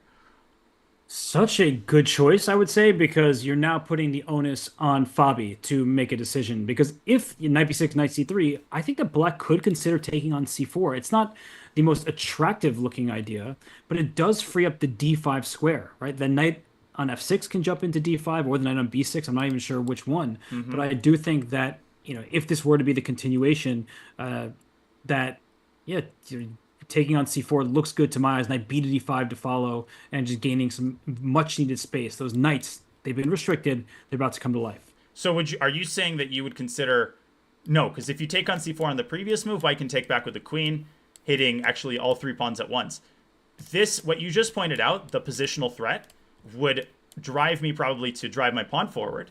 And this is like the transformation of advantages. Now the bishop is once again going to be hated on by chess fans from all across the world. But this plan of pushing the b-pawn and having an outside a-pawn, first of all, it's positionally dubious because, yeah, the a-pawn is a weakness, but a passed pawn is also a strength. So again, there's this like process of having to weigh the pros and cons, which is, you know, head spinning. And you go the wrong way and you can't take any of this back. Well, one important thing to note in what we're analyzing right now is players, they're taught to attack in the direction of their pawn chain. So black's pawn chain is from c6 to e4, which means that black wants to operate on the king side. And if you cut the board in half, black has an extra pawn on the e through h file. It's that pawn e4. White, on the other hand, has an extra pawn on the queen side and a little pawn chain there, d4 to c5. So white wants to make progress on the queen side. That a4 pawn that I've called a potential liability, in this type of structure, Danya, it would actually be an asset because it stops white from playing b4, b5 to try and free up the c pawn and get a passer. So I actually would think that black has some serious chances of his own, just regrouping, knight f8, knight e6, and then trying to make progress from there. You know, this might be a story that's not worth the squeeze. You know, the juice is not worth the squeeze, but I remember analyzing some opening with a friend, and it was a Ruy Lopez. And eventually we got a position we really didn't like black. We were looking from black side. But we realized that it was a Benoni structure. And at some point he's like, yeah, but like if you just think about this as a good Benoni, you suddenly begin to like black's position. And it's like those, you know, children's books where it looks like an old lady from a distance and a young woman from, you know, from up close. I mean, I still find that pretty fascinating, those illusions, but I'm also like 3 years old at heart. So the same with like these pawns and these weaknesses and strengths. It depends how you look at it. And IQP is a great example of it. And I'm not saying I need a QP. I will need a QP soon. But an IQP, if it pushes forward, opening up the position is a great strength. If it's blockaded, it's a weakness. It all depends on the other pieces and, you know, the corollaries, the other factors really fascinating aspect of positional chess, the dynamism of it. Finally, a draw in Sevi and Robson. I can't believe it. They finally I think agreed to peace. well, you keep mentioning words that pee in it. Everyone wants to know how's your bladder. Wait, is this a pun? No, you just said you might need to pee soon. That's pretty much what you I said. mean, I thought you said how's your blabber, and like, No, your bladder. yeah, I'd blather commentate, but I'll be requesting that break very soon. So okay, Wow. so we need to Okay. look at Hikaru's game, because it's been a while. I know people in the chat are pining for it, and then maybe like a quick update as to like what we're doing, the tournament. We want to welcome everybody who's coming in on all 18 streams that we're live on. So I didn't know if that was a very sudden end to the. I'm done. You know, The I'm speech already, is over. well, I think you are a man who is great with his words, and we hit Hikaru's game, so I think that we can dive right in. And I mean, I'm looking at this position that we have now. There's a king on f3, so at first glance that just looks wrong, but then you also check out that the queens are gone. So White's king is actually to be used as a weapon in the endgame. The pawns in the center looking nice and tidy for White, and Black has the outside pawn, right? A7 and B6 compared to A2. It's a 2-on-1 advantage, but right now it's not very consequential. So Danya, I think with more pieces on the board, having the central pawns is seen as an advantage. But when we get to the end game stage, the outermost pawns, having them on the flanks, it's a good thing because then White has to use powerful pieces to stop what are potential runaways. Yeah, we call it the outside passed pawn, or like the most distant passed pawn, which is a huge long-term asset. I mean, if I had to choose a side here, I think it's pretty obvious the position's about equal, like plus or minus zero point 0.1. Even you don't have to look at the eval bar. Like neither side really has huge assets or huge targets. But really the big question for Linear, I would probably choose Black here because you have the prospect of playing c takes d4 whenever you want. On the other hand, if you don't play it, you have to reckon with the move d5. I do notice that maybe in response, is that important? Like, does that mean Lenier can improve his position with a move like b5? Or do you think he's not going to play those games and just swap on d4?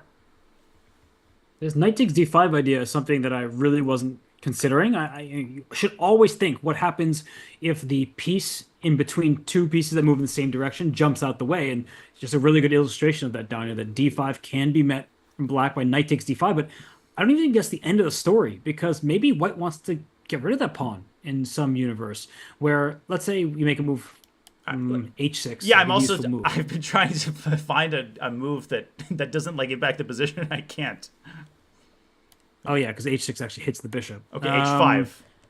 Sure, h5. Good example. He's Weird move, taken, but by good the way. example. Yeah, d5, knight takes d5, Dinah spotting his tactics. I was wondering, though, if this were to happen and you trade on e7, the white rook slams on d7, this is a really good illustration of when a material is countered by activity. And I think many players would prefer to have the white side of this position if you are able to keep more pieces on the board. I see knight c6 is a good option for Black here, but the point still stands that the rook on d7, another rook coming to d1, and all you've given up is a pawn. So even if you trade knights here, get that second rook to d1, try to double in the 7th rank, White seems to be having a pretty good time. Yeah, White's not losing a position like this. He's just not. And you know, rook b7, rook d to d7. This is a great illustration for newer players, like these cliches, right? Oh, activity compensates for material in the endgame. All rook endgames are drawn. And you can see that so clearly here. Like, yeah, Black has a 3-on-2. Congrats. These pawns, by the way, when they're gap-toothed like that, they soak up the activity by a pawn majority. They make it very hard to actually create a passer. So anyways, that ship has sailed. That's a great point. Let's go back to the live board where Lenier has exchanged on d4, or Lenier. We're linearly at the end of this game. Or not, because both players still have an hour on their clocks. There is a check on c3, and it might actually not be such a bad one, Robert. I'm not sure. You know, it's one of these decisions where you give a check, you say, okay, if the king moves, the e4 pawn drops. That sounds good. But the e4 pawn can't be captured because there is that pin on the knight on f6 to the bishop on e7. So, well, Danya, I guess my question for you, and I'm heading in that direction, bishop takes f6 at any point.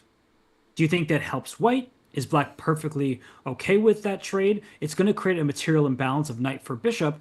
Do you prefer to keep that dark square bishop on the board if you are Hikaru, or do you think that he'd be happy to trade because that could make his d pawn feel like it runs a little faster? Well, there's a certain world champion that I'd like to wake up here to assess that knight versus bishop position. I'm not talking Hans Niemann. I'm talking Bobby Fischer. I think that if you asked me like 10 years ago, I would definitely take the side of the bishop, especially in an open board. But now I begin to appreciate, the subtler elements, usually when they're applied against me by someone like Wesley So as he's squeezing out an equal endgame. Like, let's imagine a scenario. I'm going to make a random move. What do we have here? The knight drops back to g4. You can imagine that the knight can park on e3. Slowly, the pawn advances up to d5. And the problem is, like, when the bishop doesn't have targets, it really struggles. And because this pawn is on a light square, the bishop is just kind of a third wheel at a date. It's like, all right, I'm here. I'm clearly not really wanted. I'm tolerated. I maybe would take the side of the knight here, but don't quote me on that. That was a good reference. I wasn't expecting that one either. And I typically do prefer to have a bishop pair, but it's when a lone bishop against a lone knight appears that people say the knight can actually do some damage. And the reason why, you get a knight on a light square. I mean, we can force this, right? Bishop e7, knight e3, and allow a capture on d5 of some sort, Okay. where the knight lands on d5. We see that that knight can't get kicked. Right? That knight is just a very powerful piece, and you have a dark square bishop. It's the inherent limitation of the bishop. It's stuck to its initial color, can only occupy 32 squares, whereas a knight can jump all around, and we know what a knight's tour is like.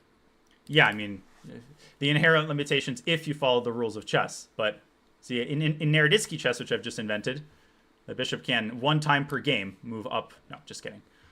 Indeed, I think white would have a tiny pull here. If you had to predict the likelihood of a draw, I mean, I think it's pretty high given the time situation.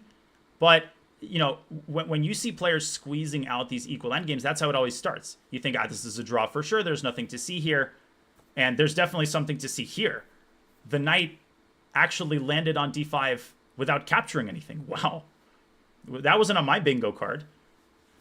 I really was not expecting that because not only can the bishops swap off from one another, but e takes d5 is not out of the question at all. Like you take on d5, suddenly there are a bunch of tactics to work out. But people may think that Leonard Dominguez, he is one of the best endgame players that the world has to offer. He also is a really good tactician. You don't get to his rating by accident and by being one-dimensional. He is a multifaceted player, and I like that move, Danya. It shows that he's calculated and he's got great intuition as well. Yeah, although it feels maybe like a little bit of an overreaction. I don't know what he is reacting to, because at least wait for white to play d5. But I feel like this gives white a pretty pleasant choice. I'm kind of a skeptic. Now, giving your opponent a choice can be a good thing, right? It can force your opponent to spend a lot of time. That could be a technique of confusing your opponent. But I think, like, white has bishop takes e7 and d5. White can play e takes d5 and d6. The bishop could move back to d2. I feel like giving white this menu of options wasn't really necessary, but maybe it doesn't really change the zen of the position, as Yasser would say.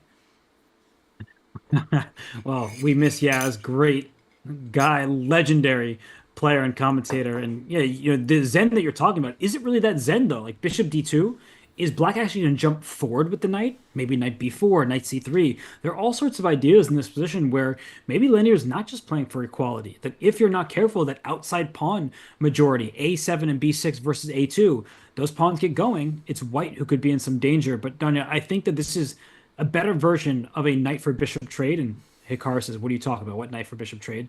That if the capture on d5 had happened, then we would have seen a bunch of swaps, pawns would come off, and the bishop could actually chase that white knight. So instead we see this, Danya, this pawn g5, I would say it's a strength, but in certain endgames, if certain trades happen, it could become a weakness. Like in a pawn endgame where it's harder to create a pass pawn.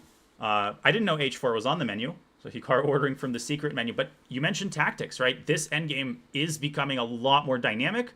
One case in point is the move a3. How many people would just automatically, instinctively chase the knight away? But you just make the knight sink its teeth into c2, and rook a c1 runs into this classic capture on t4. Amazing that this king on f3, which is just following the rules of the endgame, turns out to be such a big liability in so many different lines. right? I'm reminded of that earlier rook endgame. Remember, knight takes f7 was impossible because of rook f8? That was irrelevant, but still. If you go rook a2, again, it's a liability. Third reason, rook c3 check, and I think the a3 pawn falls in this variation. If you block on d3, knight e1 check. That wasn't on my bingo card either. And so I wasn't. where do you go? Yeah. I wasn't looking at knight e1 because I thought knight takes d4 was a free pawn. But yeah, a fork is even better. Yeah. I think a3 we can safely assume will not be played. I'm very tempted by a move like rook d2 for that reason. Just keeping the second rank protected. Maybe preparing to double rooks and eventually playing d5. The immediate d5 has to be assessed, but I don't like the prospect of a rook landing on c5 there. No, I don't either. And I think that, Lenier, he's going to bring his first rook to c3 with check, his second rook to d8, and at some point he may even bring his knight back to c6 to offer an exchange of knights, because the rook endgame does look very safe from the black side. So I do think that Lenier, we keep talking about it, he's so classically trained, phenomenal in the endgame. I think that's exactly what he's looking for, is to swap off some pieces and to hold on. Yeah. It's move 21. The time control in the classical, we mentioned the rapid for the losers bracket is 15 plus 10. In the classical, it's obviously 90 minutes plus 30-second increment. And I do not believe there is an additional time. There's a time addition on move 40, but No. no. So it's just 90 plus 30, easy to follow, and easy on anybody who's casting the games, so to speak. Yeah, it makes it a lot of fun because the drama heats up fast, but it's still enough time to get some great moves going. It's not just a sort of a scramble from the get-go. So, okay, Danya, we have seen this game. Fabi seems to be making some progress against Levon. We also have the option, if we ever want to go on over to the women's section, because Carissa, she's playing the white pieces against Tatev Abrahamian. Alice Lee has white against Irina Crush. Actually, some sizable advantages in those games, I would say, at least at first glance. So you hopped over there real fast. I'm impressed by your producing skills. It's all the hyperbullet and 10 sec. I actually played some 10-second chess yesterday, and these are like 20 minutes that I will never get back, and I've come to terms with that. But, it was good warm-up for switching the games quickly and pretending that I didn't have to have the intermediate step of messing everything up by going on the events page. Well, you were playing very fast chess, hyperbullet, which means that you were working on your tactics. Can we do a quick thing here? Can you open up on the big board? Can you go to Tatev's game from yesterday against Anna Zatansky? Because I think you're going to love the way that game ended. It was a tactical flurry. It was a brutal finish. And it's what Tatev Abrahamian does best in her chess game. So if you just back up to say, I think it was, I don't know, 10, there, wherever you've just put us. Like, it's better for white because black's pieces are all offside over there on the queen side. But we saw how the game ended already. Look at how Tate was able to orchestrate a devastating attack. Yeah, knight c8. I mean, Anna's like, okay, the rooks are gone. I have some time to bring my pieces back into civilization. h4, following the classic construction, but oftentimes finding the killer blow is difficult. Bishop takes h6. Yeah, with no rooks on the board, look at the coordination of the minor pieces. I think the idea, Robert, knight f6 and queen e4, was that the killer here if Anna had taken? For sure it is, because knight takes e5. That's one of those moves after queen e4 that you hope, all right, my knight's under attack. There was checkmate, but it removes the guard of the knight on f6. But that knight can move with check back to, say, h5. And then white's... Oh, gosh, yeah, you're right. You're right. I didn't see knight d7. That's even... Yeah, how did Anna not think of this when she recaptured on b8 10 moves earlier? How could you not have anticipated this particular fork? I'm kidding, of course. So Anna with f5 trying to fill the f6 square with a white pawn. We talked about this technique in a completely different context earlier, and it doesn't matter. The other knight sacrifices itself. Amazing. So e6 would fall with mate.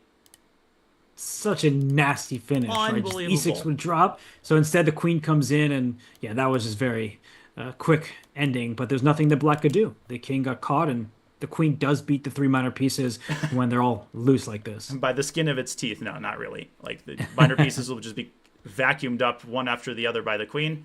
Lovely game by Tatev to depose Anna Zatonsky. Now she has to climb up through the losers bracket. There were some other crazy games. Talia Cervantes versus Carissa Yip in the very first game. Talia with a heartbreaker. Just crushing Carissa, and Carissa not only got out of it, but actually won that game. There was literally mate in like 3 on the board at some point.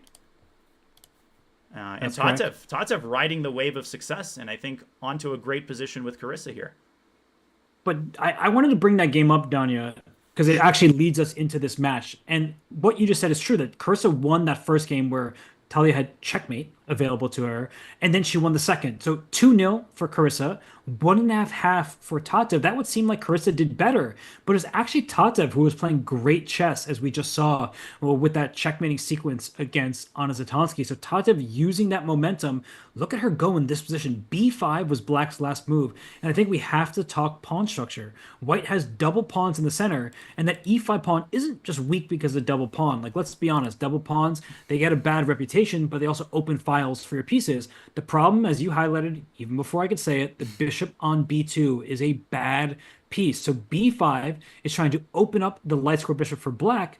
Look at White's light square bishop on G2. It's staring into a brick wall, a nice pawn center that Black has over there. So Black's pieces are just freer. They have more options, and it's a better pawn structure for the endgame. So I would definitely take Tatev's position here. Yeah, just converging. Look at this, the pressure that is on the C pawn. It reminds me of that Game of Thrones scene where they have the physical battering ram just slamming against the gates and then moving back and slamming against the gates again. So B5 is such an excellent technique. The other place that you see this move is a line of the Queen's Indian, Robert. There's a line of the Queen's Indian just very, very quickly where I like these connections because they, I think, help people see how ideas don't exist in a vacuum. There's an old line, which is not as popular anymore, where the move B3 is literally met with B5. It's not the same idea, obviously, but it's kind of the same instance where you see the bishop on A6, supported by a pawn, trying to break down White's grip on the center. If we go back to the current position, the computer was criticizing the move F4. What should Carissa have done instead in your mind, or was the human inaccuracy earlier? Like maybe rook D1?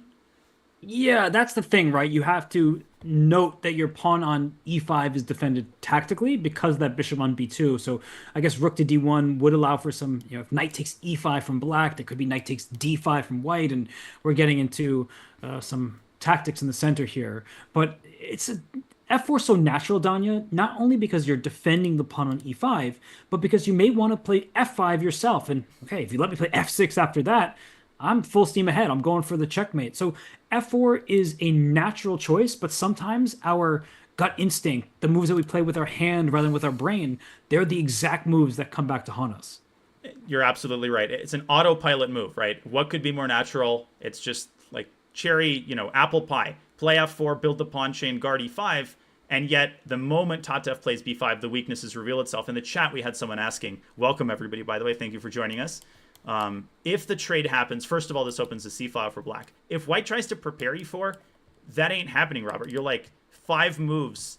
You're like not nearly fast enough because B4 is happening and it's happening quickly. And if you lose the E2 pawn, that comes with a fork. Oh. And Donna, I do want to point out as well that sometimes Black actually gives up that pawn anyway. Like if White plays E4, Black plays D4. Do you know what I'm talking about in these positions where you just say, have that pawn. I don't mind. And let's pretend that the pins don't exist with bishop C5 or even B4. And the rook on F1 isn't hanging. None of that. But the point, if we can just sort of... BPE, before pin era. Go ahead. Like, go before rook C8 and put the F1 rook on D1. Let's do that. And then put like the rook on B8 or something. That way none of the pieces are hanging. So people don't think, you blundered all your pieces. So E4...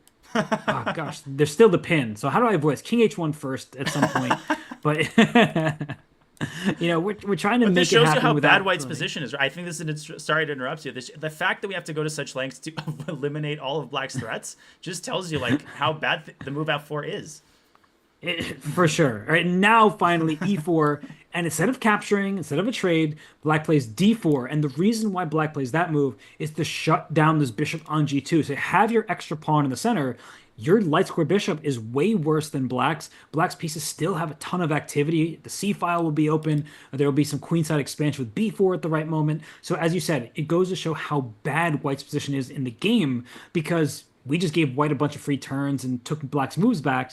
But you don't have pawn breaks, and black is the one who's first to the punch. And you know I like to say it, Danya, but it's true. The side that controls the pawn breaks is often the side with the advantage, and we see from Tatev's last move, playing b5, she is threatening to break open this position on her terms. Yeah, Tata, fantastic player. I've known her many, many years. Obviously, very dynamic, tactical. She's played the French for as long as I think I've been alive, but we'll forgive her for that. That's okay. You know, that's just one strike, but you've got more than one. Should we take a quick look at, I think, the crowd favorite Alice Lee versus Irina, and then maybe we can circle back around. We also have Atusa, who is in the losers bracket against Nazi Paikidze. And to complete the circle, we have, of course, Zantansky, who has beaten Cervantes in the first rapid game. They haven't started the second rapid game just yet. Prakash and Paikidze was a draw. Okay, so we have many good options to choose from. I'll trust your instinct. You went over to Alice Lee against Irina Krush, and I think we should trust Alice's instincts because this position done it looks like everything's kind of gone right for the white side. You have a rook on the c file, you've got a good control in the center, and this last move, rook a to e8, is there some hidden threat that I'm not seeing, or like what's the exact idea behind this move? Is it just to centralize as many pieces as possible? Yeah, I thought you were about to ask, like, why didn't Irina put the other rook on e8, which, you know, to my eyes looks more natural because the rook on e8 is often just a good piece to babysit the a-pawn with and maybe just hint at a5. But yeah, like the knight on e5, that's the piece that's in Wonderland. Rook a8 does look awkward to me because it invites moves like queen a4. Of course, it invites knight c6, and the queen doesn't have the f8 square. As for hidden threats, Robert, if I had to guess, maybe f6 is Irina's next move. I'll tell you one thing. It's definitely not knight takes e5. That's not on the menu here. No, but it is a good thing to show to our audience of why knight takes e5 in pretty much any position will fail. The bishop on d6 does not have any room to roam, and that means that the bishop would be trapped immediately, and that just makes it a very obvious blunder that Irina Krush will not play.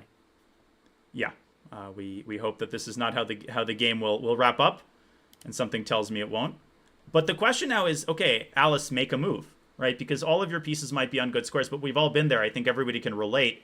Like, the position is picture perfect. That doesn't win the game, as Dr. Tarash reminds us. You know, good piece, whatever, doesn't win the game. A good move wins the game. So do you play knight c6? Do you operate on the queen side? Do you play a cat and mouse move like rook fe1 or h3, which would probably be my choice? Or do you do a changing of the guard and replace one knight with the other knight? But then you run the risk of allowing an unfavorable trade. I think I like that option the most, what you just said there, trading knights, because that knight on f3, the knight on e5, I mentioned Jeremy Silman, the superfluous knights. Those knights were fighting for the same squares, and now the pawn can go up to f3 next. If you take this knight on e5, Danya, from the black side, I think that's a huge mistake because white does have the bishop pair on an open board, but c7's an immediate target. That's a backwards pawn. If you play c5, well, you're probably going to drop a pawn on the spot. There's always bishop takes e4, b takes c5, very bad. These type of ideas. And opposite colored bishops does not just mean it's a draw. No, there are too many pieces remaining on this board to call for a result just yet. So if this is the case, Danya, the queen has to move, f3 to follow. I'm starting to like white's position. Now it's picture perfect. If you can force this knight back to f6, now the knight on e5 is there permanently. You've got bishop f5 action. I wouldn't be surprised to see g2, g4. Following in, who is it? Sam Sevian's footsteps, castling to the same side and then pushing pawns. Black is so passive here that there just isn't any traction in the center. There isn't traction on the queen side. Alice is looking at the other target. She played queen e2. She's looking toward the queen side, not toward the center, even as she moves into the center. What do we make of this? I like the move because how does black defend the pawn on a6? Like, it's a very direct threat. Pawn a5 from black, that seems like a horrible decision because of bishop b5 ideas. You're just walking into pins and just devastating attacks. So you're arrow, knight to b8. We were talking about Karpovian maneuvers. That's one. And it's a good move because you're actually, I'm putting threat in air quotes, but f6, that becomes a big idea from the black side. Yeah, it's like you're pulling the chair out. Like in basketball, there's a play where the defender just suddenly moves back and the post-up player just falls down because you're relying on the knight on d7 as a backup. Once the knight moves away, you've got, as you said, superfluous knights, and f6 becomes a much more appealing. Well, actually, it's a maybe not strictly speaking a threat, but that's semantics. The point is the knight on e5 suddenly doesn't have this escape route through d7. No, I really like what you're suggesting here. Knight to b8. I like the sports analogy there. Normally, I hate when chess and sports are brought together because like it's a stalemate, but stalemate ends the game, and it just It's used a in a chess different match. The context. coaches are in a chess Yeah, match.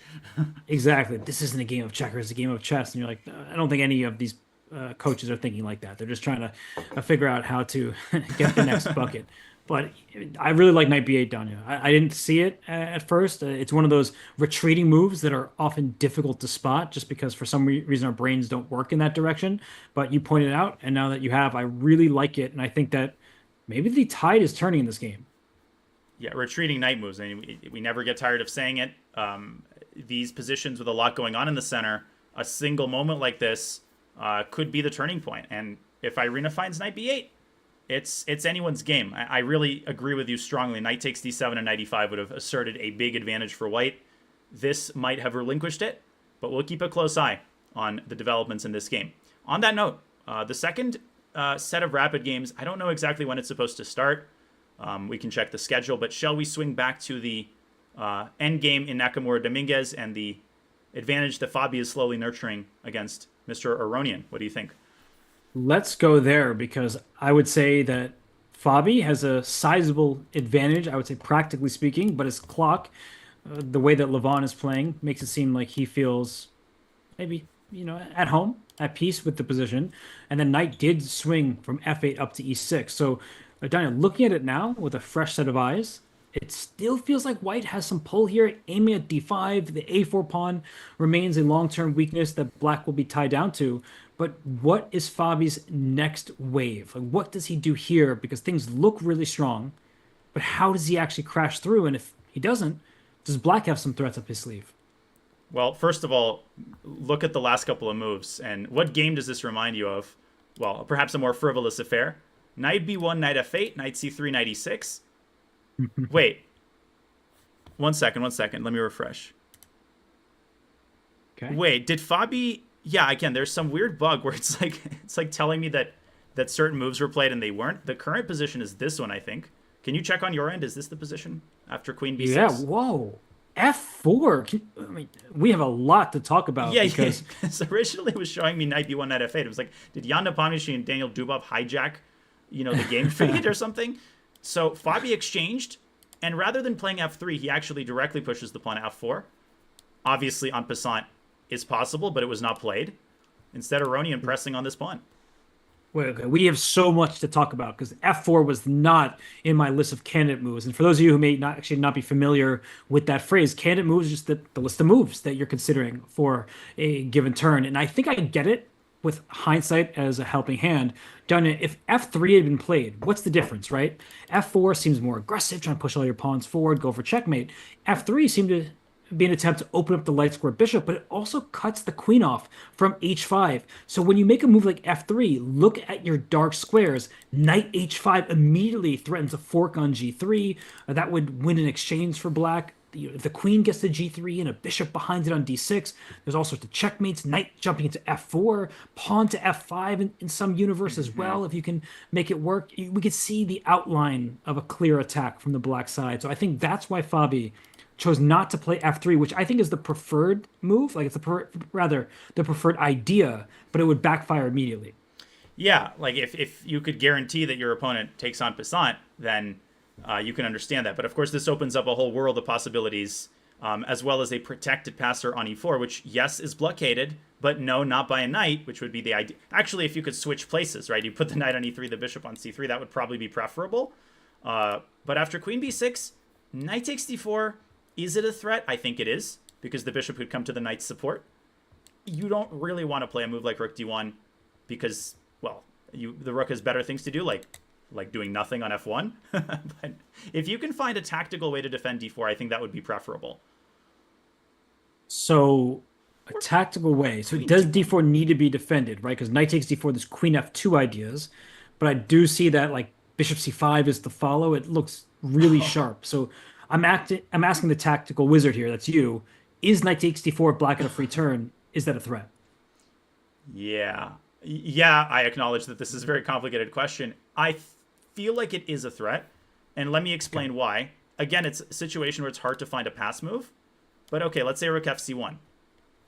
Knight takes d4, and you're saying queen f2, loading up the bazooka on the knight. Bishop c5. Now, knight takes d5, I think, is the critical move to evaluate. What's your take here? Is there something that I'm missing? Or is knight takes d5 the critical idea? Knight takes d5. That was my idea to try to get that bishop on c5. But is there knight takes c? No, knight takes c2. There's bishop takes c. Okay, this is so complicated. I was originally going to say rook takes d5, but then after bishop takes d5, I was going to very proudly announce, oh, look, knight f3 check, and I win white's queen. But I win your king after rook c8. And yes, it's mate in 2. This is like the most complicated position of all time. It's like literally everything is hanging. But yeah, knight c2, is that a thing? And I want to point out to everybody that knight takes c2, it does give up the black queen on b6, but bishop takes e3 is the response, and then black wins back the queen with interest. So you need to be really careful in these positions because free queens may not be so free after all. Okay, we've been live for 2 hours. I think we have earned 1 lifeline or engine line in this case. What do you think? After queen b6, should we verify? Trust but verify? I think that black is getting out ahead based on what we're talking about here. Okay, so its position is approximately equal after rook d2. Okay. Of course, subverting everything I just said. Rook fc1, knight d4. It's a slighted. Okay, so this doesn't answer our question. Queen f2, bishop c5. Oh my god. So after knight takes d5, black is much better with a simple knight takes d5. Actually, black is totally winning. Rook takes c5. Knight takes c3, queen takes c3. Oh, of course, rook c7. What? Unbelievable. Rook takes c7, knight f3 check. Dude, you're not going to believe this. King f2, rook d2 check, and it doesn't win the queen. It's checkmate. Because if you take the queen, white checkmates black, but queen g6 is literal checkmate.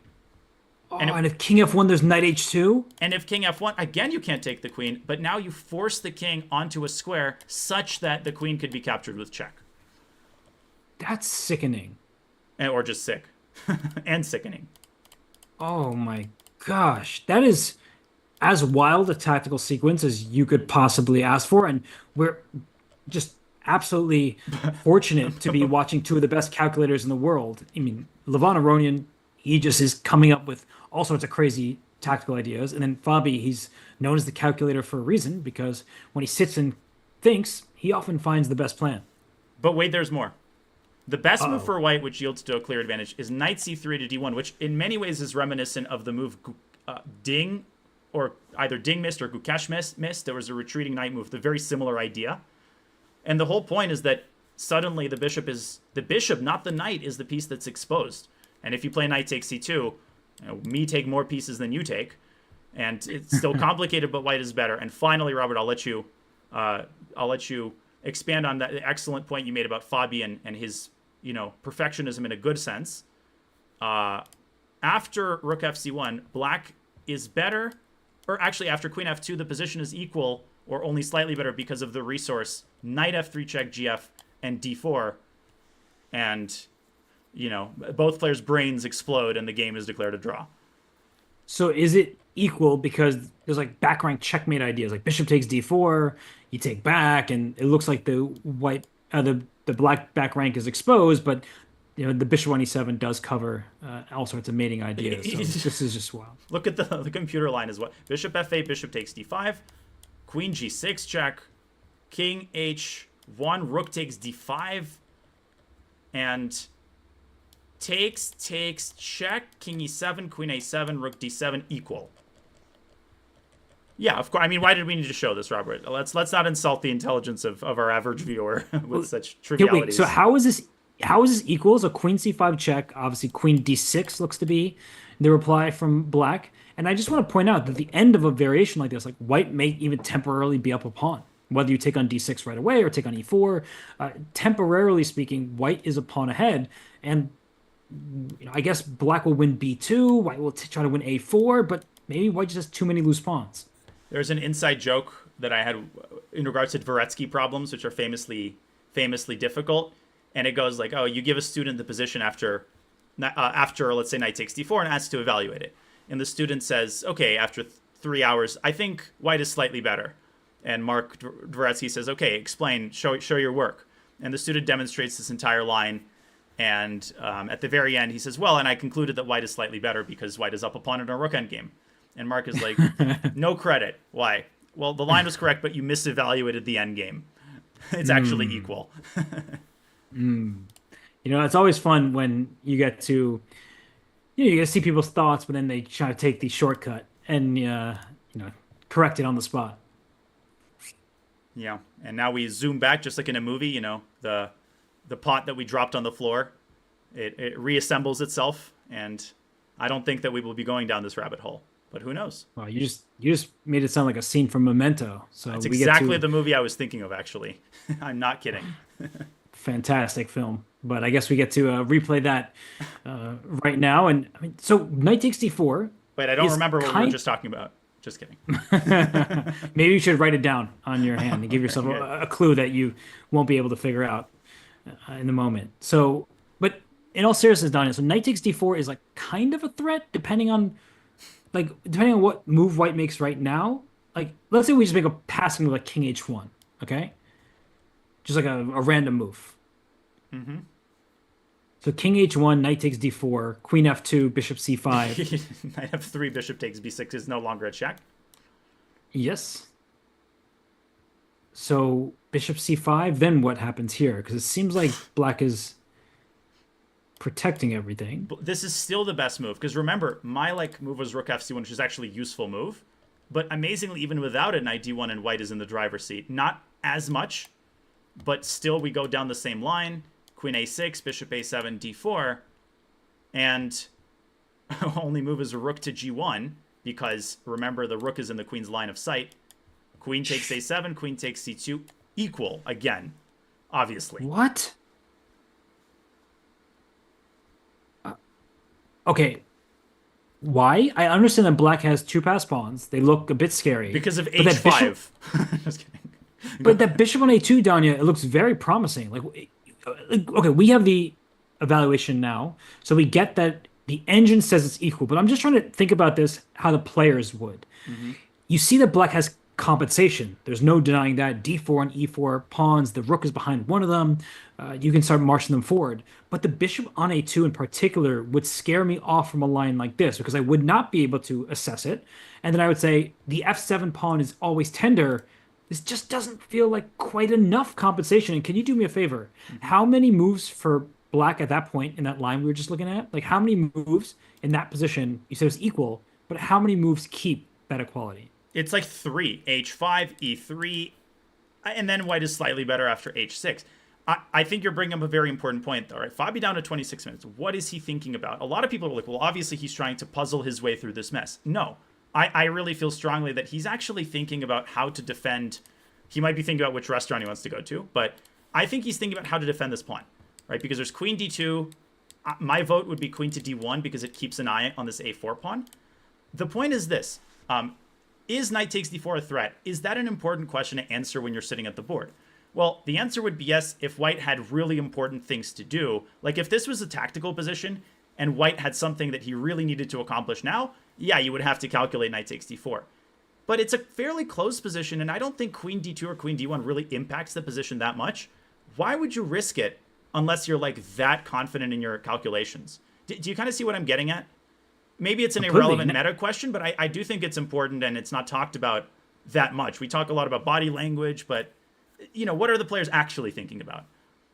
This is a really important point because sometimes when players get really strong at the grandmaster level, they're told this line is just equal.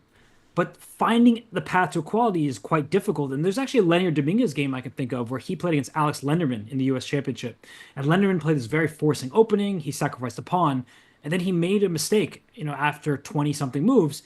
And then Lanier just pounced and then won the game. And it was an endgame at that stage. So giving up material can be really difficult if you are not capable of finding all the proper follow-ups. Whereas if you just have a kind of a quiet game, you're slightly worse, you're passive, maybe there are 5 just kind of natural shuffling moves that all keep the status quo. So I think that this is a big moment in this game.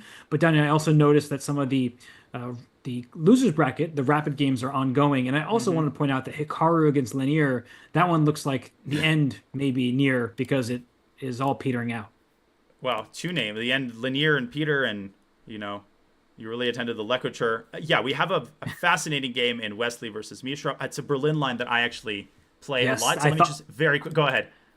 No, I saw that, so I thought we could just show the Hikaru game because I think it will end soon because there's like no pieces left, and then go into that line that I know that you love. Yeah, this has petered out. I'll just quickly show. I mean, we knew that that was always a possibility. Lanier brought his knight back. The knights got traded. Hikaru played d5 as you indicated. His rook got active, but because of the 2-on-1, which has just been liquidated, we're going to get a handshake here very soon. I don't know what the draw rules are. I never know, but this is a dead draw. There's just not much to talk about. And it was a good attempt by Hikaru. Positionally rich game, but can't fault the players for making a relatively quick draw. It's on to tomorrow's game for them, and it's on to Wesley's game for us. Yes, because for Abimanyu, there will not be a tomorrow in the American Cup if he doesn't win this game from the white side. And done as soon as I saw it, I thought of you. And Aw. Wesley, he spent a little bit of time, Abimanyu continuing to play every single move with purpose, instantly trying to gain that advantage on the clock. So you're, one of the biggest champions of this opening. White is down a pawn. So how much compensation?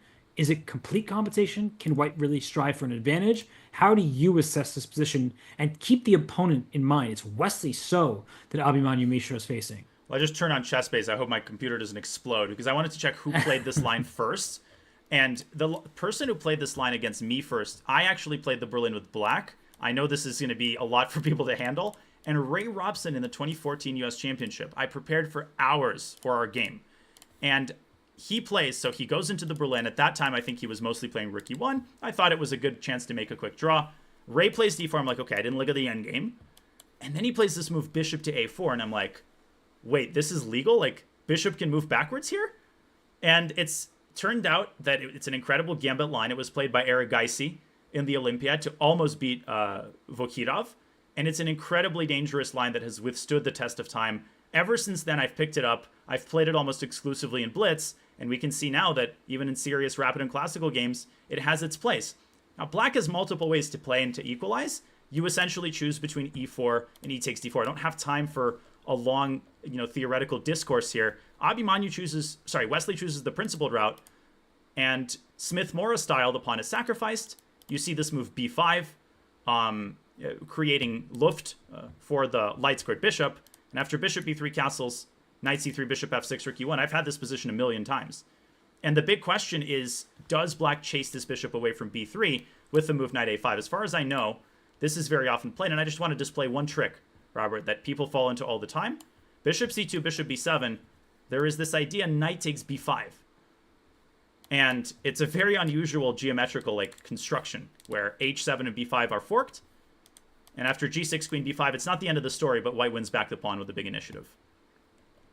Looks That's good. it. I mean, black's king side is a bit exposed, but bishop takes f3, queen takes a5. I see where this one is heading. It's just a messy game with equal material. So it's a pawn sacrifice. The material gets restored, and then white's pieces get to have some fun. So this game, Danya, I mean, Wesley has played bishop b7. I think that this is a good attempt from Mishra. I'll give him credit for it, but I think that Wesley just he's one of those players who doesn't get disturbed by your opening choice. He always is stoic at the board, it seems. So he's just playing it move by move, developing. Now all of his minor pieces are out, and he is up a pawn. So I think Mishra has a lot to prove in this game.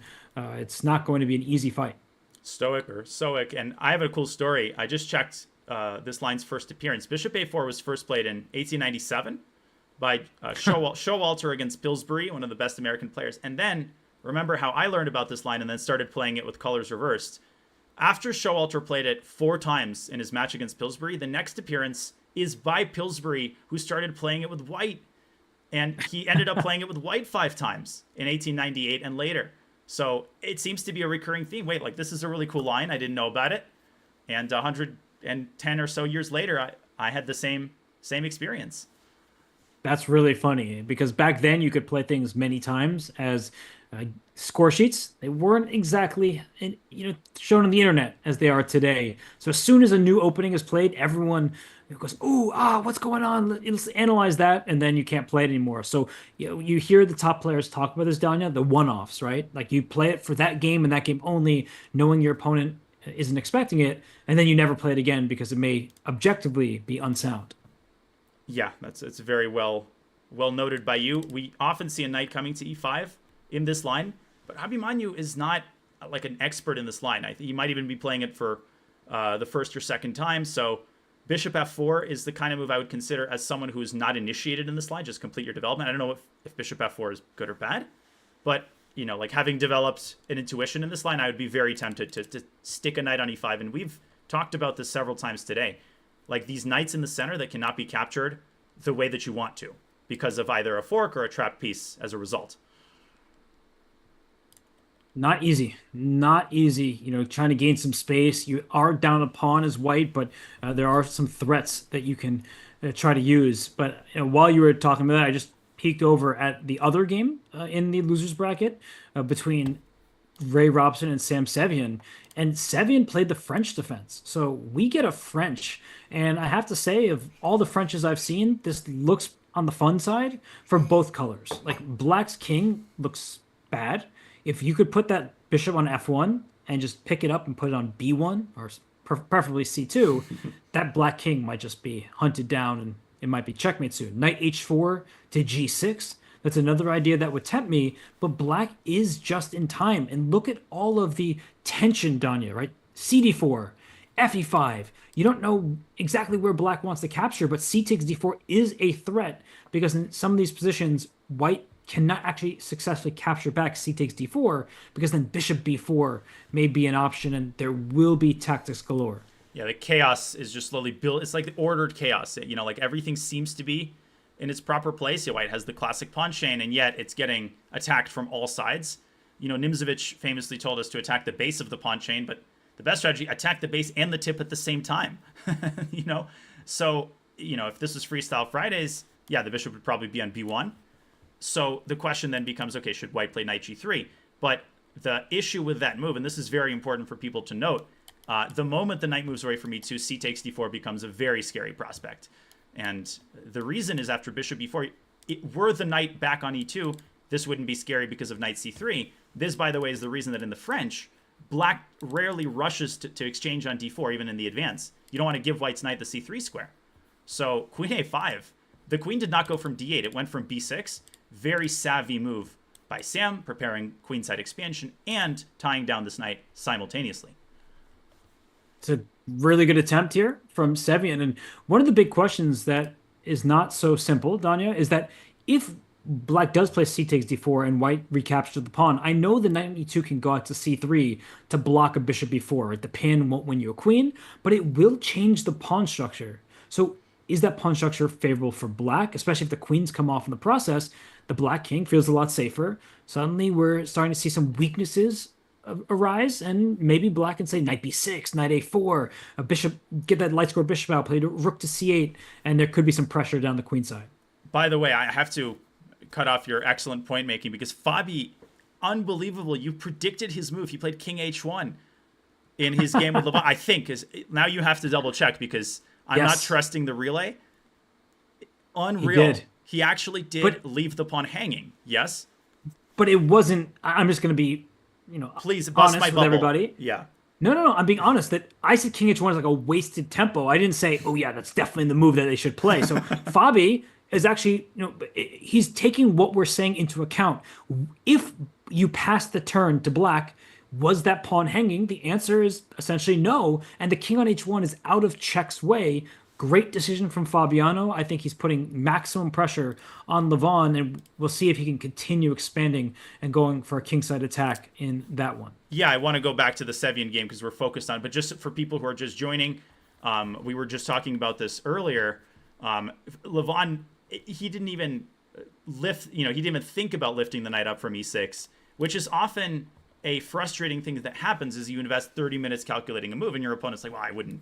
Like, I trust you, right? You do you. I'm doing my thing. Levon plays rook a5, getting the rook from out of the same diagonal, and now knight takes d4, definitely is a threat. One that Fabi might address with a move like Queen F2. And I wouldn't be surprised if we saw like a kingside expansion with G4. That would be fun. I mean, that kind of decision is one you don't take lightly. You don't just play G4, you can't move the pawn back. But this is the good thing about having the bishop pair and facing the knights. I think oftentimes kingside expansion, when your own king resides on that flank, you don't really want to do it when bishops are staring at you from a distance. Knights, they don't really get that opportunity. And I think I like this preparatory move down here. Queen F2. G4 is coming. Let's first cover our bases, that D4 pawn, and let's just ask ourselves the question: what can black threaten? Give black no like queen takes b2 and take all the pieces. Like, let's not be Pac-Man. Let's just think: if black had 2, 3 free moves, what's the actual plan from the black side? I mean, you might as well ask me to derive Fermat's theorem. Like, I have no idea. Yeah, just h5. You know, you're essentially playing reactively, right? Like when you're on the defensive, you're reacting to your opponent's moves much more than you're building up some sort of cohesive setup with your pieces. And I was just focused on a funny moment, if I may very quickly interject with a quick story. I did the Hans Niemann, Daniel Dubov commentary with Shamanov in Russian, right? And at one point, one of the players made a move, and I wanted to say, well, this move kills two birds with one stone, right? Which is what I wanted to say about Queen F2. It guards D4, and, as you said, it sets up the pawn storm. So I literally translated kills two birds with one stone. But it turns out, I later realized, in Russian, the expression is kill two rabbits with one bullet, which is much less palatable to me. I like birds, and I think rabbits are very cute. But it's just funny. The expression changes. And I don't think I see a plan for black. Everything's so well protected here. And that's how we have to think about chess games in terms of rabbits and trying to, run away from the hunters. But here we see down here that black does not actually have easy plans, and white's plans are what we've been talking about: G4, F5, or G5. Just keep throwing those pawns forward. And in particular, G4, G5 speaks to me. If you can just get that D5 pawn down, you have a bishop on A2 and knight on C3. That's actually why Levon put his rook on A5, to make sure that that tender point in the position, the D5 pawn, is well defended, over defended, in fact, so that knight on F6 down here, it can leap forward, it can leap back, but at the very least it can move, and the D5 pawn does not fall. Levon with a huge time advantage, 30 extra minutes, but I can't generate a move for him. Like, as you're talking, I'm trying to like in my head predict his next move, and other than like bishop f8 or waiting moves like king h8, which seems to be the order of the day, I'm just not seeing what he can do. It's like his wheels are stuck in mud. I think sometimes Levon bluffs a bit. I think historically that's been the case, where he'll blitz out some moves, acting all confident, but in reality he's just sort of playing on the psychological elements of the game, just thinking that his opponents may go wrong in time trouble, or may believe him because he's such a strong player. His peak rating, 28-30, so he's not somebody that you take lightly. So Levon here, I do think he's worse, and I think that he needs to come up with a plan, one that I cannot find at the moment. So if you think that there's another game that catches your eye, I'd be happy to go elsewhere. Otherwise, I'm happy to keep analyzing this one. It's whatever your heart desires. So easy going, man. I wanted to check back into Mishra So, and I wanted to point out earlier, you said Levon's got some candidate moves. Literally, he's a former candidate in 2014 when he played in the Berlin candidates. Just to echo your point, 2,830. That was his rating. And just an incredible career for Levon. And he continues, Queen A6, trying to angle his way, make some contact with white's pieces. Obviously, he's trying to discourage Fabi from playing G4, but it might just end up as a runaway train. On that note, yeah, do I have your okay to switch to Mishra versus So? You absolutely do. You don't even need my permission. You do as you want, and I'll join the party. All right. Well, the party has moved to Berlin, and not for the 2014 candidates, but I'm talking about the opening. And indeed, Abhimanyu did not play knight e5. He deployed his bishop. Knight a5 was played, and the bishop actually accesses d5. Bishop c6. We've got typical squares, but unusual pieces accessing them, if that makes sense. It makes perfect sense, because I'm looking at this. I'm like, wait, there's a bishop on c6, a knight on d6. That is not standard. And also, white can start taking things. But, Donna, I believe since you have experience in this variation, you can explain better than anyone that the move that bishop takes d6 at least in terms of chess principles, is tempting. You double isolate your opponent's pawns. And they should be targets, right? I can take advantage of it. No, that knight on d6 is a bad piece. It's actually in the way. And by taking on d6, allowing some liquidation, it frees up other black pieces, namely the queen on d8, can jump out to b6, and then start to put pressure on white center. So bishop takes d6 is not a move that I would go for now. There's an expression often attributed to this Romanian GM, Mihai Shuba, bad bishops defend good pawns. I would extend that to say bad pawns defend important squares. So people would be tempted by this because, yeah, d6 is a weakness, but you can't really go knight e4 because the bishop will hang. If you take on c6, you undouble the pawns, and black is actually threatening to force you to do this with the move b4. So I absolutely would not take d6. That's very well explained by you. My inclination would be knight e5, but speaking of b4, white might need to, do something more concrete before this happens. Like, maybe you need to play a3. I would hate to play such a slow move in such a dynamic position, but I think b4 is a huge problem here that white needs to deal with. Maybe you play b4 yourself. I don't know.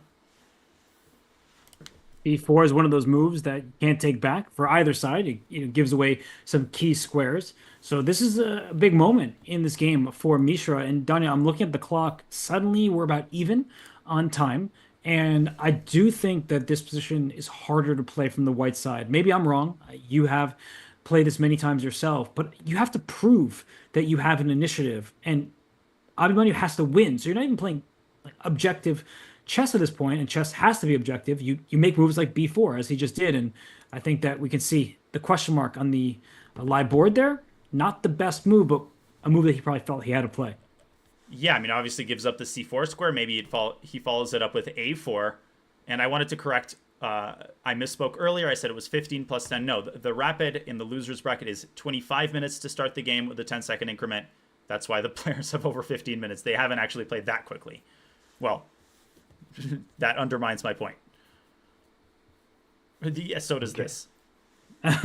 Well, the square is an outpost, and whoa, okay, more pieces in the center. So, Danya, I'm getting confused looking at this position. I mean, the knight to c4 looks very strong for black. It's all sorts of defended, but c6 is now loose. So a trade of some sort simply must happen. Yeah, we've reached a total boiling. Catan is settled in the center. And white is threatening to take on c6. So the obvious question is, what happens if bishop takes e5, right? Let's actually try to make some moves. I assume white will take with a pawn. And I think this is the simplest, this is the status quo for black. Play a move like knight f5. And how bad can this be? As long as everything's defended, I'm not terrified. But this begs a move like queen g4 to appear on the board, and maybe suddenly your king will be experiencing problems. That looks scary. Queen g4, direct attack against the black king. So if not bishop takes e5, or maybe I shouldn't eliminate it so quickly, but bishop takes e5, pawn takes e5, that all looks natural to my eye. So and bishop takes d5 also possible, by the way. And then c6. No, but then d7. Well, but the f4 is hanging. Takes, and c6. What do you think of this? It's a lot of takes, and trying to figure it out. But there's got to be some tactic here. Knight takes c4. Oh, this is also... Oh, my gosh. Uh-huh. Yeah, because the knight on d6 is loose. And if you take with the knight back on c4, bishop c7, distracting the queen away, and then the black king is exposed. Okay, it is exposed. I can see the point. But is it... Wait. Yeah? I was going to ask, if you sacrifice your queen, how bad is that for black? From an objective standpoint. Honestly, in a rapid game with a knight like that and the prospect of a5, as an emergency option, I'm really impressed you're considering it. But I think it depends entirely on the evaluation of this position. Check, king moves, and I think the evaluation is not encouraging for black. What a beast driver. Bishop c7, what a move to force the queen away. So many loose pieces. I felt a tactic had to be somewhere, but sometimes it's not about winning material. It's just creating issues in your opponent's on the board. Camp. On the bishop takes d5 on the board, and we will definitely not be bored watching this game unfold. Now c6 is not mandatory. Maybe you play rook e8.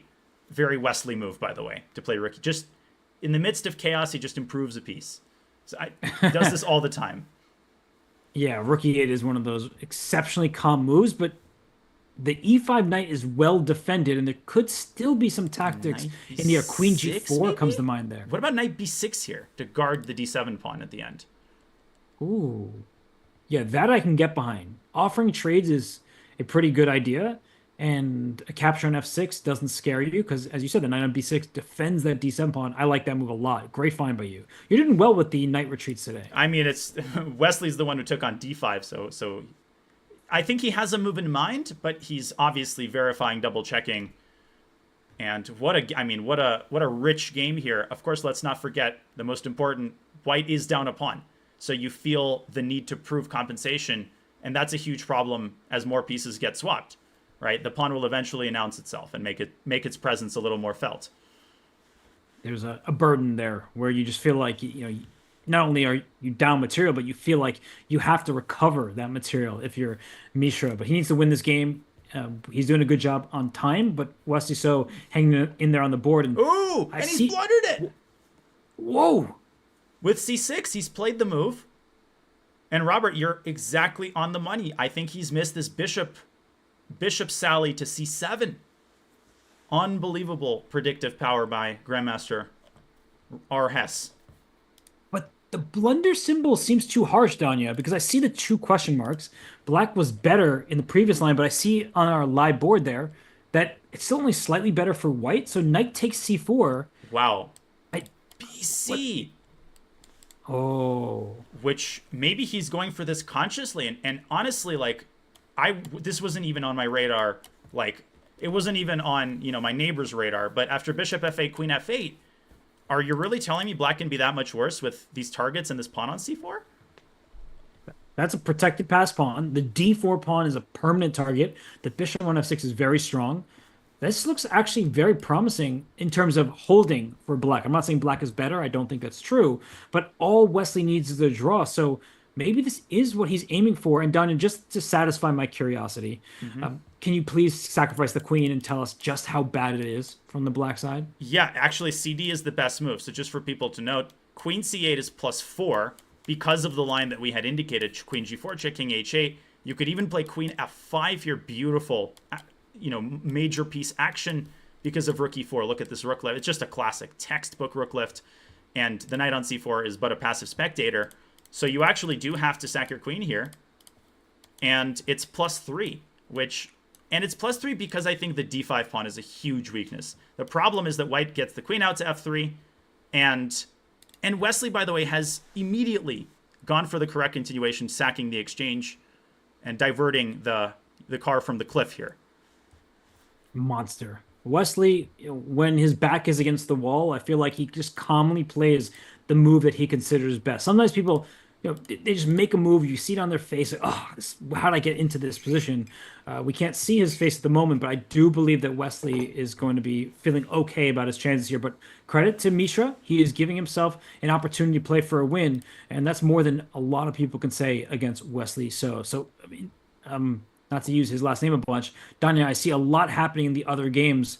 I mean, Fabi's game, there's a big move that was just played by Levon here, a piece sacrifice. Whoa. Great find by you. And by the way, like Wesley, I think pretty clearly blundered bishop c7, realized it on his opponent's turn, and now corrects course. So this one is going to be one to watch. Watch Aronian's knight disappear from the board. We're talking about bingo cards, and a lot of these moves haven't been on our bingo cards. Did he capture something on this square? Yes. No. He just moved there. I mean, what the heck? It's like Lenier's knight d5. He's taking advantage of the concept you brought up earlier that d takes c5, d4 is the plan. The rook on f1 is loose, so there's tactical justification from what just looks like a blunder of a knight. And that is why he made contact with the rook. I didn't understand his follow-up. Fabi, of course, did play g4, by the way. And here is where the queen is overloaded. Now, it's not a given that this is good for black either. Like, white suddenly has a passed c-pawn. And pawns have an interesting property. They tend to move forward. My rook d2, rook takes d2, e3. But no, that doesn't work.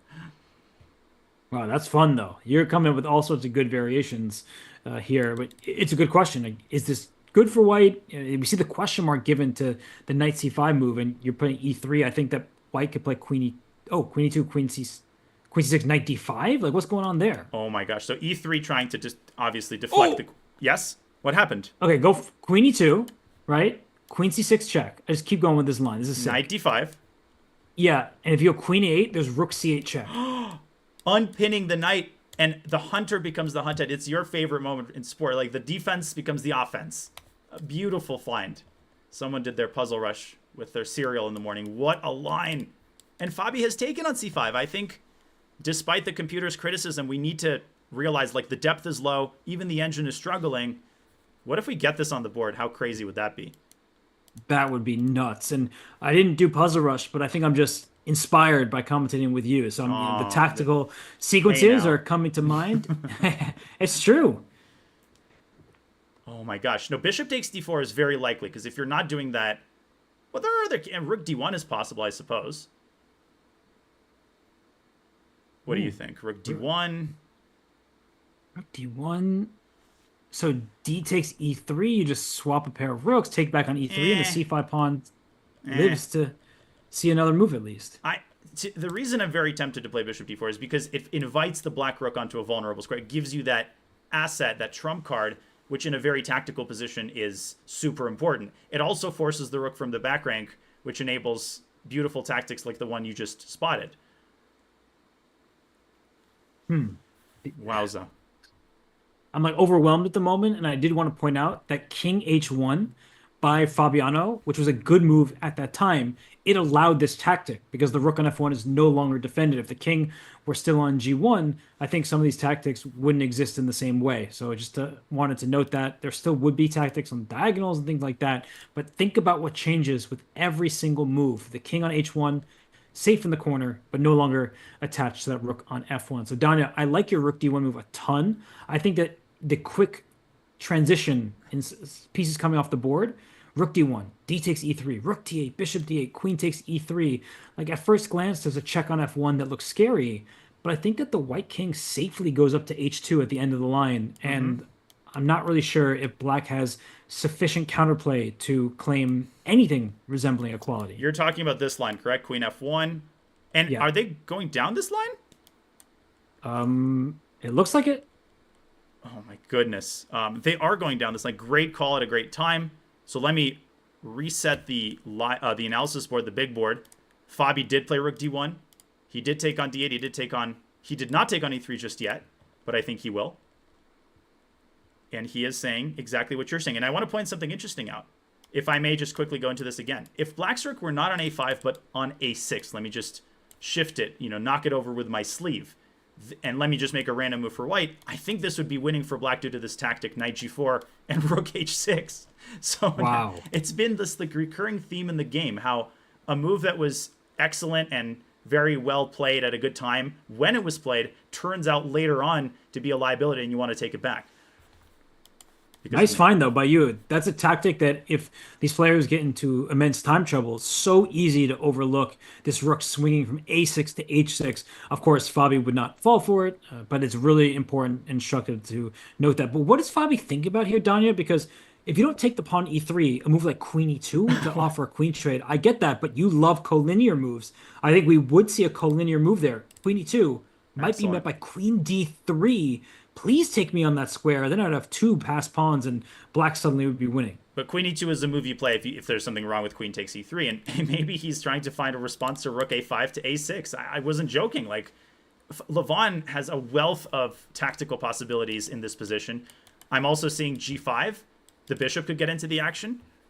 And Fabi with 11 minutes for the rest of the game, that 30-second increment isn't much of a cushion, and he has taken on e3.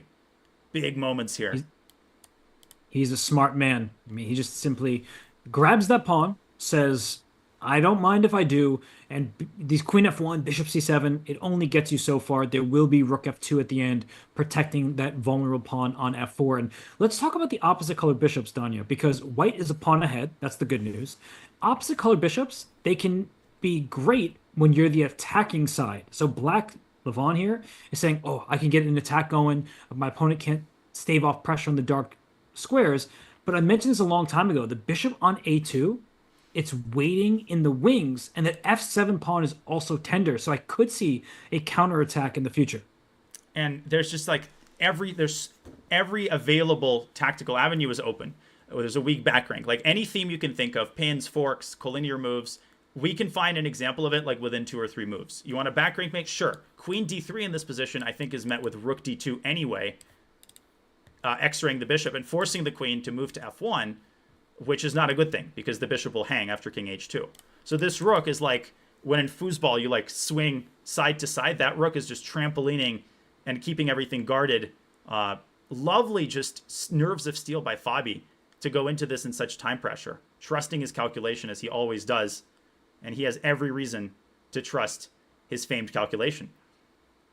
And love that line you just showed. Queen d3, rook d2 would be the response. I also think that white is happy to trade queens in most of these positions because if the queens come off, there's obviously no threat against the white king. And that a4 pawn, we talked about it so long ago, Danya, but c5 is defended in many positions because a4 becomes loose. So I think Fabi is happy to trade queens given the opportunity. Levant's in trouble. He may be playing quickly, but that doesn't mean that he's getting the upper hand. I love Fabi's chances right now. And if Levant does play queen f1 and rook a6, can we just note at least one defense? I think rook g2 is, the most straightforward way to guard the g4 pawn. But is there something better? Not to hijack the, high-level discussion you're leading here with tactical trivialities, but knight takes g4 is a serious threat here. I guess g5, because you're threatening rook h6 at the end. So I'm attacking your knight and stopping your little trick over there, a checkmate that was on the horizon. So does this work? It does give the black knight some key squares, but I do feel like, black is playing hope chess to some extent. Yeah, you're running out of fuel, right? Bishop c7, rook f2. And that's wonderful apportionment of labor because rook g2 actually does run into bishop c7. And now the rook is overloaded. King g3 walks into g5. So you're just one oversight away from losing on the spot here.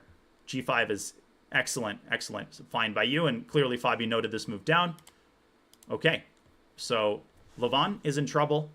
His time advantage will not do him any good if Fabi consolidates here.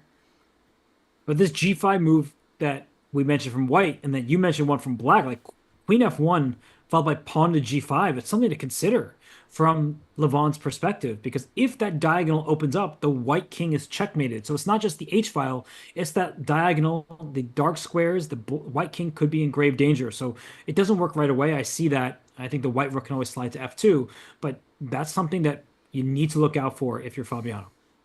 Absolutely. And he's thinking on his opponent's time. Levant has a lot of it.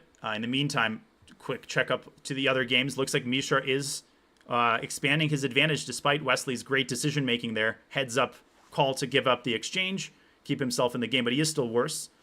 And looks like Sevian Robson has some big developments. Can we take a quick look at that one? Because I'm seeing some criticism from our Silicon Fiend on Sevian's last move. What do you make of this position? So the last move, bishop e7, the bishop wasn't actually under attack. So maybe it's criticizing Sam, his retreat right there. It wasn't necessary at the moment. The rook on a1 is loose, which means that the bishop is not actually threatened, and maybe there was something else. But what is the actual problem with bishop e7, Danya? I mean, why is it criticized so heavily by the engine? Well, I guess to answer that question, we should understand for what is his idea, because usually when we have an example of this situation where a piece isn't attacked but it moves anyway, it's because he wants to get somewhere. It's like incidentally, it just so happens that he didn't have to move the bishop, but he wants to, right? So is he trying to get it to g5? Is he planning an exchange sacrifice? Because if not, like my question is, why didn't he address the other priorities in his position, such as completing his development? Does anything come to mind here in terms of like, what is his next move? I'm not sure. I actually don't really understand why bishop to e7 was played, because I think I do. Sorry, go ahead. No, you go ahead. Tell me what you see. Could it be that he was actually worried about AB, queen a1, and king e2? Because bishop g2 does... I hate to be that guy, but this doesn't work. Like, I was going to say it traps the queen, but even if black goes rook a f8, bishop g2, there's like rook takes g3, for example. Tactically, I think black would have made this work. Nice find, because rook g2, the queen is in line with the white king, so the rook takes g2 would win the house. So nice find by you. So that means that wasn't a threat. And if that's true, Danya, can you go back to the start of that? Yeah. Was rook takes g3 available from the black side. We see what white has played. Given the exclamation point, I want to add bishop e7, rook, bishop f4. Great move there from Ray, trapping that rook. It's ensnared. It's just can't get out of there. But rook takes g3. What was the downside of that choice? Well, what if I take here and try to do the same mechanism? Like, how does the rook on g3 is now hanging? Rook e3 I'm going to take with a king to keep the b2 pawn as a sealed evacuation route. If rook e3, king e3, you're just going to... No, knight takes b4 there, and the queen goes back to a5. Very, very nicely spotted. Knight takes b4, and the queen back just in time. If I play bishop g2 here, I know this is getting crazy, but you even have rook to d3, deflecting the queen and opening up this evacuation hatch. Amazing stuff, just out of nowhere. So rook g3, I guess if we talk about the bigger picture, Danya, in the game, he didn't want to take on g3 because he probably didn't want to delay his development further. And taking pawns opens files. So you may not lose your rook, but if that rook gets kicked off the g file, we could imagine a future where a white rook gets the g1, and then the g3 pawn being gone is good for white. But this also looks good for white because the black rook is trapped, and that means that white's probably going to go and exchange ahead. Yeah, you just overlooked this move, and it's a terrible sign. I just turned on the engine for a second, and it was giving bishop b4 briefly as the best move. Bishop e7 back to b4. The square that we were trying to figure out, like, if it's even accessible or not. He just missed bishop f4, and it's a huge move. It's such an easy move to miss because, again, you're thinking of the rook on f3 as an asset. You're thinking of it as an attacker. You're not thinking of it as a liability until now. Now he is, but it's a little too late. So that rook is trapped. It looks like Sam, whose position we did like at first, now we're not so ecstatic about it. And I'm just trying to look at some of the other games and see what's going on. Wow. I mean, just it looks like in the event here that Ray, we see his position, we like it. Abhimanyu Mishra, at least the engine, seems to like his position, Danya. So these players getting themselves into time trouble. I guess they started in time trouble. It's rapid chess after all. But Mishra doing the right thing right now. And Wesley has struggled to keep the tactical blunders in check, right? He blundered that rook to Dominguez. Now we complimented the choice to take the correct knight, but that was still a mistake. That still passed a big advantage to Mishra's hands. And look at the 2-on-1. You like to point out and separate the board into quartiles or halves. If you just look at this quadrant, white's threatening a5 and b6. Now, what about the d4 pawn? If it's picked up by the bishop, I actually think you might do well to go rook b to d1 to avoid, these types of shenanigans. But the d5 pawn will fall, and with it, the whole house will come crumbling down. This is a good lesson for everybody, that Mishra is giving up the d4 pawn to open files. Rooks need open lines. That pawn on d4, you're just going to be tied to it. You're not going to get active. So here, as you said, rook to d1. Rook e to d1 probably, just getting some activity here. But rook e d1, there's rook e8, isn't there? Or c3, which I think is... I know. Wait, but here, queen d4, c2, queen takes d5. Yeah, you're still better. C takes d1. Yeah, you have to take that one. I think you should show everybody why you're taking the d1 rook and not the b1 rook. Yeah, because the rook will fall with check, and your extra queen will not be long for this board. But yeah, white is still a little bit better. I see your point, because this is a target, but the material is now equal, so I wouldn't do this voluntarily. But why not just rook b to d1? Why not avoid, or even a5 and b6? Maybe you just say, to heck with this d pawn. Let me promote my b pawn. Now, good spot by you there. Yeah, a5 looks really good. Also, rook ed1, as you pointed out, rook bd1, excuse me, is simple chess. I keep saying the wrong thing. But look at the game. That's not a move I was expecting, but I think Wesley's trying to build a fortress. I know Magnus, the famous thing, I don't believe in fortresses, but a5 from black says if you take me en passant, then the a4 pawn becomes a direct target, and hopefully I can go win it from Wesley's perspective. If you don't take en passant, you can't do it ever again. It's a one-time offer. Limited time only. And here, if you don't take en passant, Danya, it feels like black does have a nice blockade going. That's such a crafty move by a crafty defender, right? 7.5 minutes for Mishra. You can easily see him spending a few of them on this decision. So he's also playing white's clock. And I would not have the nerve or the nerves to take on a6 because I would be too enthralled with this protected passer. But if you can't get this queen off of b6, where are you going to win the game? Are you going to have to play on the king side and start pushing your pawns? Well, that's risky because black has a passer of his own on c4. Fantastic move by Wesley. I don't even know what the engine is saying. I really like this move a5. Wow. Danya, I was listening, I promise, but something strange seems to be happening. If you go back to the Fabi game against Levon, Yeah. there's an entirely different position on the board, which means that there, at some point, possibly, I'm going to insert Is a question there? mark in my own comment, that I'm seeing a different position than I did before. Well, I'm seeing the same position. Levon's still thinking. Oh no, it went back now. That's DGT and stuff is crazy. There was a white pawn on e3 as if white never played f2 to f4 and like just took f takes e3. So I'm glad that all is right in the world because I was super confused about what was going on. There's a fascinating... Yeah, this has happened before, actually, in like the World Youth sometimes, where the wrong game would be superimposed over, like, or the wrong names, and, you know, all the parents would be shocked that, like, the 2300 is playing, like, the 1500. Speaking of not 1500s, we see the final moves here being played. The pawn advantage is a symbolic one because this pawn can be captured, and this pawn is not going to be enough material to win the game. I think we're going to get a handshake here momentarily. I'm with you there. Looks like a complete draw. Leonard Dominguez, I don't even want to call it a hold. Like he just never was in any danger. So a great result for him playing with the black pieces against Hikaru Nakamura. So Hikaru will have his hands full tomorrow.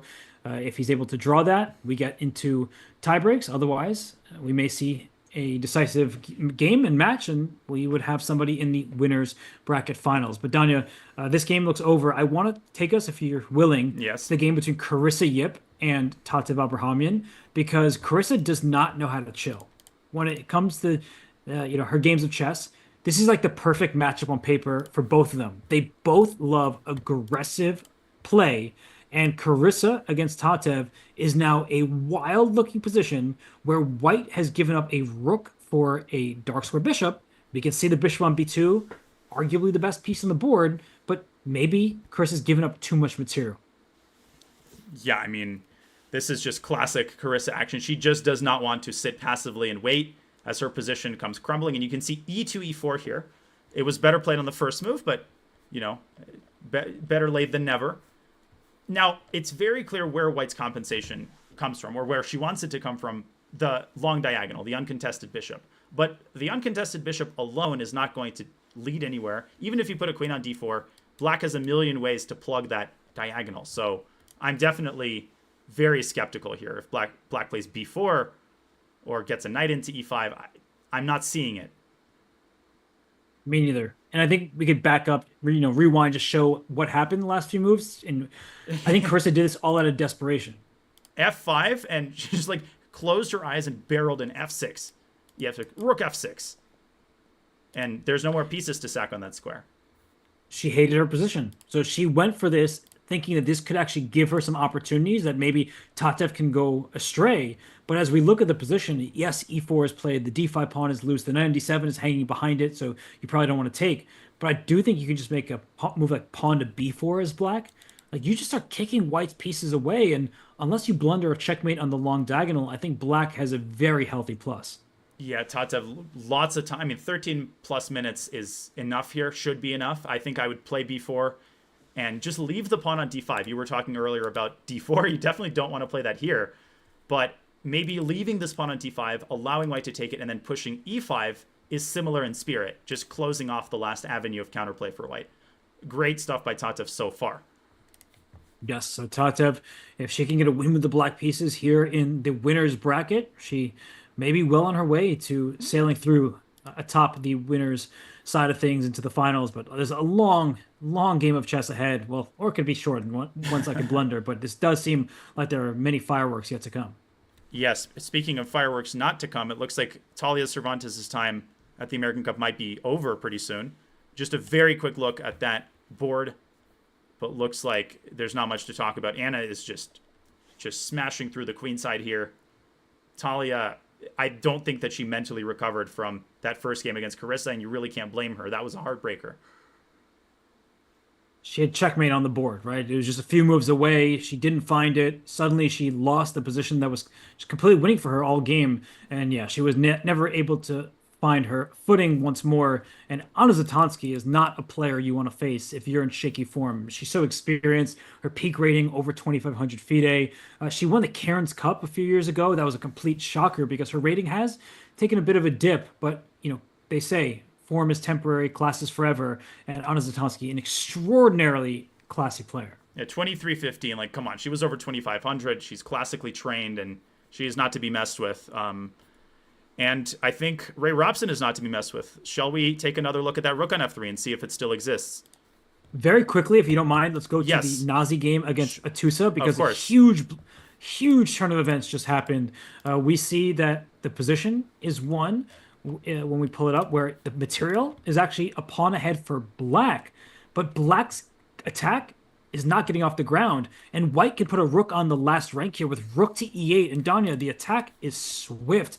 It seems like black is just getting toasted right now. Yeah, these pieces are held up just by a single pawn. Or two pawns on g3 and h4. That whole campaign was unfortunately a fiasco for Atusa, and bishop a3 is waiting in the wings. Much like Fabi's bishop on a2, right? The bishop on b2 was just sitting, waiting for its turn, and its turn has come. And very good observation. I think bishop a3 is the death bell will start to ring, and this will be the tournament because for Atusa, she drew her first game against Nazi. They're in the loser's bracket, and Nazi takes this pawn. Just not a good indication of form because Nazi is, she is a fantastic player. Rook e8, your hand should be making this move before your brain could even process what you're doing. See, that's one of those moments where it's just a free pawn hanging in the center and you're equaling up the material once more, but it wasn't about material. It's like king safety. That's the most important thing in chess, and a missed opportunity there for sure. Rook e8, that would have probably been lights out. And thank you very much, says Atusa. She's still worse, but now the rook coming to d6, rook e8 does not come with the same effect, and we'll keep an eye on this one as it keeps going. Shall we move on from this game? We're facing twists and turns on every move. Let's go back to either Mishra against Wesley or, as you said, Ray against Seven. Both those games are really exciting. Chances for the players with the white pieces, as was the case and remains the case in Fabiano versus Levon. But these games have less time, so I'm happy to stick with the losers bracket for now. Yeah, and somehow I thought more stuff would have happened. It's just that they've been thinking for a long time, and they don't have a lot on their clocks. Let me see here. In Fabi's game, Levon has... Oh, the queens have come off in that game. So Fabi still with an advantage in the endgame. We'll get to that, but let's not jump around too much. We see that the rook is no longer on f3. It has sacrificed itself on f4. Black is an exchange down, but obviously white has long-term problems with this king, and this one's far from over.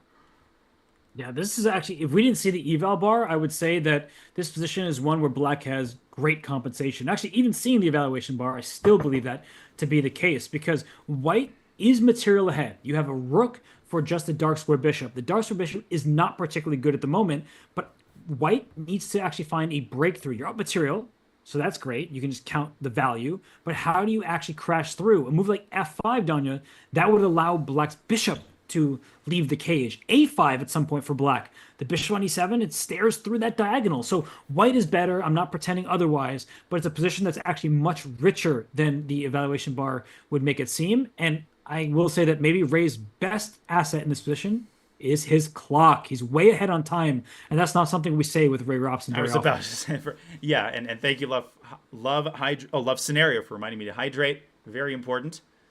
If black's pawn were on b6, it's crazy how these tiny changes can have a outsized impact on the game. I just want to show really quickly, let me make an empty move. a5 would have come with far greater effect because, as you correctly pointed out, after b5, here this would have enabled knight takes d4, which is a very troublesome idea. Unfortunately, black doesn't have time for it. If you play b6 here, anybody with a G in front of their name, or an I or an F or a C, or even nothing in front of their name, would understand exactly what you're trying to do and parry it in one of a million ways. Queen e8, f5, the instant response by Ray. All right, he got the memo. No more time pressure, Ray. But I have a sort of love-hate relationship with that move f5. I get it. You're trying to undermine the defense of the d5 pawn, get your pawns going. But exactly because of this move, bishop g5, there's not going to be a checkmate. I'm not trying to get ahead of ourselves here. But you know what I mean, Daniel? When that bishop gets out, like let's say the queen wasn't there, the e3 square is soft, the d4 pawn can become a target. I do think there are about to be a series of trades. Good news for white. But I would take on f5 right now for Sevian and just try to regroup. But I mean, this would take a miracle, I think, because he's under 2 minutes. He's 3 minutes down, which is an eternity in a rapid game. Exchange down. But your point is well taken. I would have actually started with queen d3, taken the sting out of the move, bishop g5, and then f5. The threat is stronger than the execution. That would have been looming over black's position like the sword of Damocles. That one came up, I think, pretty recently. Yeah, we just had a conversation about it. So, and another great reference from you, mythological one. And well, this could be the stuff of legend if we see Sam Sevian survive this game because it is looking not great. We see the evaluation, and he does take on f5. So, Danya, it's going to take some serious magic here for him. But I do think there are legitimate chances. I'm not just saying that. Yeah, I mean, he might be praying to Zeus here, but not quite yet. I agree. I think f4 opened the other bishop. Anytime there's a lot of chaos on the board, it just doesn't even matter what the material count is. Inherently, there's a higher risk of a blunder, but he's now under a minute. I think positionally, white is threatening to entrench a knight on f4, sealing off like this last avenue of counterplay. I think knight e7 is partially aimed against the move knight f4 because maybe black can actually take and put a knight on d5. I don't know. But it's a heads-up move by Sevian. You say you don't know, but I love what you're talking about. Just trying to not just blockade some past pawns, but knights are the best blockaders because they see over that pawn into the opponent's position. So knight e7 is really good. If knight takes e7, queen takes e7, those dark squares, they really are becoming vulnerable. And bishop on d7 can hop out to b5 at the right moment. Danya, this is a game where I would say that it's not just one-sided traffic here. I do think that black has chances, but black's clock, that's not going to do him any favors. Absolutely not. And I'm actually quickly looking over at the other big game. Looks like Mishra continues to make progress in the right direction.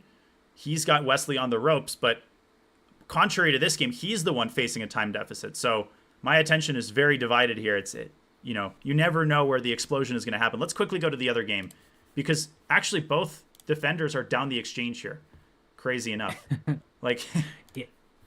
Okay. It's interesting dynamics when we have the same material imbalance, more or less, but it's such a different type of position where Sevian, he's got really no space at the moment, but he's trying to keep his opponent at bay. Here we see that Wesley, just took a pawn on d4. The f2 pawn can be a bit of a target. And there's the big question, Danya. Is queen f6 going to be a move for black in the near future? Does a queen trade actually help black aim towards a draw? Or does white's protected past b pawn, is that too much of an advantage in combination with the extra exchange? I mean, I want to say the latter.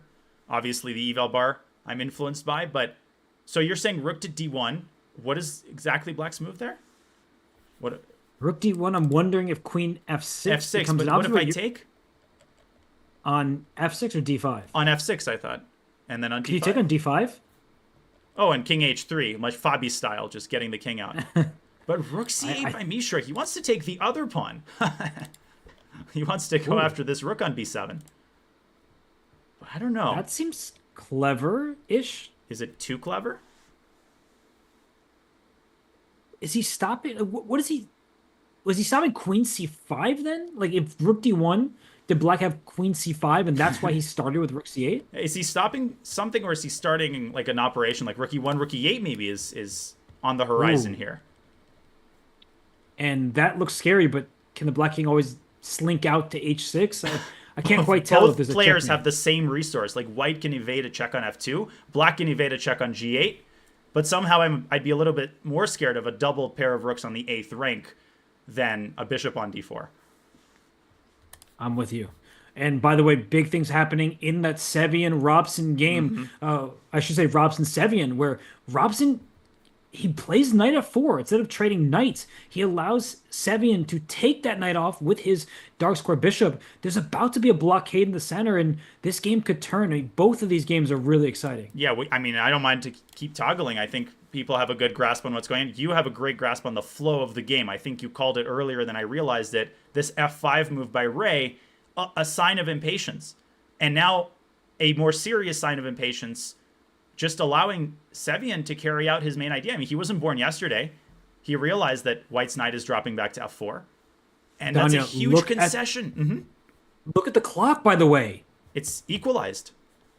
Oh, this is, I mean, just completely turning and getting out of hand. I don't want to say completely out of hand for Ray, but his king is open. The knight on d5 looks good. He's just f4, bishop e6, just trying to keep everything well defended. The h5 pawn, keep an eye out for that. So, Danya, sorry to cut you off there, but I do think that with the clock the way it is, that Sevian's having a little bit of an easier time. I mean, this is giving like Petrosian-Reshevsky vibes. You know, Tigran Petrosian, famous for his exchange sacks.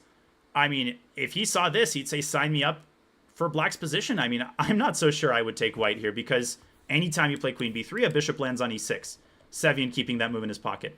Instead of f4, he's choosing to deploy his queen first. There's tactics everywhere with the knight jumping all across the board. What does White do? How do you douse the flames of this attack? Starting to get worried. Queen h4, queen g5 check. There is infiltration on the mind here. So rook g2 walks right into knight f4 in these positions. So I would not recommend going for that. Not easy, Danya. I really don't have a recommendation. And now Ray's under a minute on the clock. I can't believe how fast this turned on both battlefronts, right? The clock and the board in unison, right? Just when the clocks equalized, so did the evaluation. 40 seconds for Ray. I mean, we don't have the player cams. We're not seeing the players, but you can just tell he's panicking. He's coming off of a really upsetting loss to Fabi that actually transpired in a very similar manner. He was winning, started losing control of the game, and when he got into time pressure, he wasn't able to handle the transformations. This is getting worrisome, and as you said, a tough day at the office yesterday, allowing Fabiano to escape and survive and continue in the winner's bracket.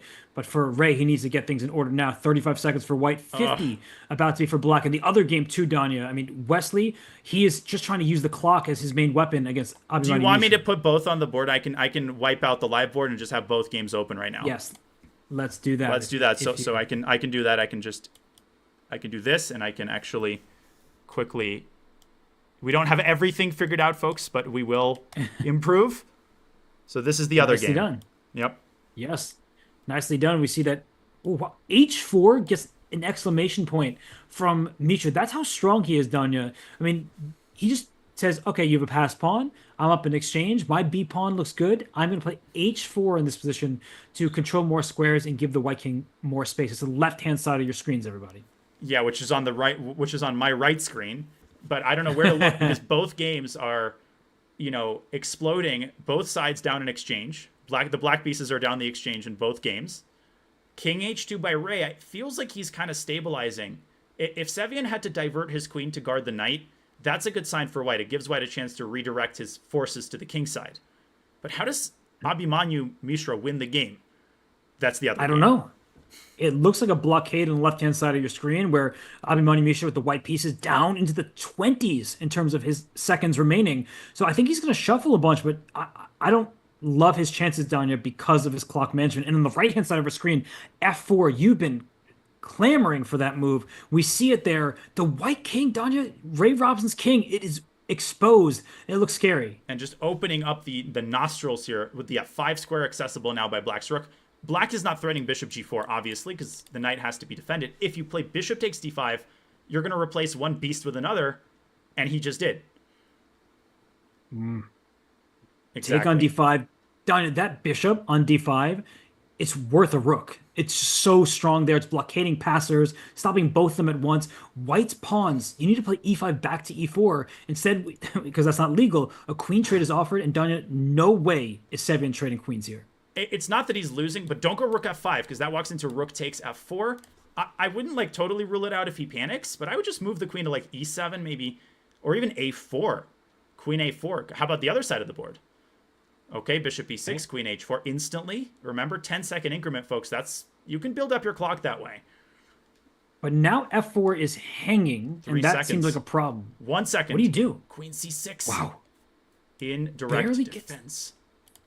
barely gets that move off Danya. So he's defending f4 by throwing queen c2 check, as you point out. So is rook d to f1 the move? Rook g1 going after the black king? Mishra losing some advantage there, by the way, with queen to d3, obviously not knowing how to break through. But it's the game on the right-hand side that has all the action right now. Pawn moves up to f3. Okay, so what is White's plan here? The thing is, I see individual moves from both sides, but I don't see the knockout just yet. Okay, rook g6, pinning the bishop. Black's queen drops back to d7. White's queen probably going to move back to g3, opening up more threats of rook takes h6 and rook takes f3. Good point by you. Double attack there. Found. And Mishra allowed Black's queen to infiltrate c4. He's panicking and losing his advantage and might be losing his ability to remain in St. Louis. I think, Wesley just made his life so difficult. And now that d pawn done for Wesley, d5, d4, d3, this game could even end in a win for Black on the left-hand side of your screens. Absolutely. And Wesley, he won that queen endgame beautifully in the last game. He only needs a draw. This is the loser's bracket, so Mishra will be eliminated unless he can turn this one around, and I don't think he can. That time advantage is titanic. Wesley's got 3 minutes. Wait a second. King g1 on my screen, that's listed as a blunder on the right-hand side by Ray Robson. He didn't want rook takes h5 with check, but both players are making mistakes. And Daniel, you're not going to believe it. The arrow appeared on my screen. Rook f6 on the right-hand side. You have to play that move. Are you kidding me? 2 seconds. Ray's going to take on h6, I think. No, queen h4. He's just shuffling his pieces to avoid losing on time. And now Sevian is infiltrating from all sides. King h7 here is a time pressure move I would consider playing. Just get the king out of the line of fire. Love that move. No checks available to White. Instead, rook f4 played. He's tempting his opponent to check him, but that queen may go into danger zones and actually be too far away from the white king. Yeah, Mikhail Tal just woke up. Abhimanyu Misha. And, the queen has entered the deep, dark forest, but there's path wide enough for one. The queen stays in the forest and hits the bishop. Whew. Bishop f5, e6 has to be considered. Gosh, on the left-hand side. Mm-hmm. The rook would hang, but I was going to say, Daniel, on the left-hand side, Wesley's playing blitz, while Abhimanyu's playing bullet. That's just not a place anyone wants to be. Man, we want to be right here watching both games unfold. Bishop d5. Now, what do you do if e6? Queen f5? And oh, my goodness. The first game ended in a draw, by the way. Let's not forget. So that match is currently tied. Isn't there a mate threat like queen b1, rook h4? That looks very scary. Rook takes g7 also. Is that perpetual? Well, we'll never find out. He goes into it, allows queen b1. Okay, so queen b1 is rook f1, f2 check, king h2, and the threat of checkmate on g7, Danya. Unbelievable. That actually saves the day for White. Rook h4, king g3, rook h3, king f4. And is that some sort of a draw? He goes rook g4 check, so it seems like a repetition should be on the horizon. The king for White, it's on the right-hand side, everybody. It can't slide towards the center because the light squares will give a check to that bishop via c4. King h2, Black is a draw in his pocket, but knowing Sam, he's probably going to play bishop takes e6. He's not going to go queen h4. Why would Black agree to a draw here? The Black's king is way safer. Yeah, I mean, with no time on the clock, just so many tactical threats, even just by the bishop alone. And Wesley, by the way, well on his way. He's now, in the driver's seat, arguably. Yep, yes. There we go. Bishop e6 by Sam on the right. So on the left-hand side, it looks like Wesley, he's getting safe and sound.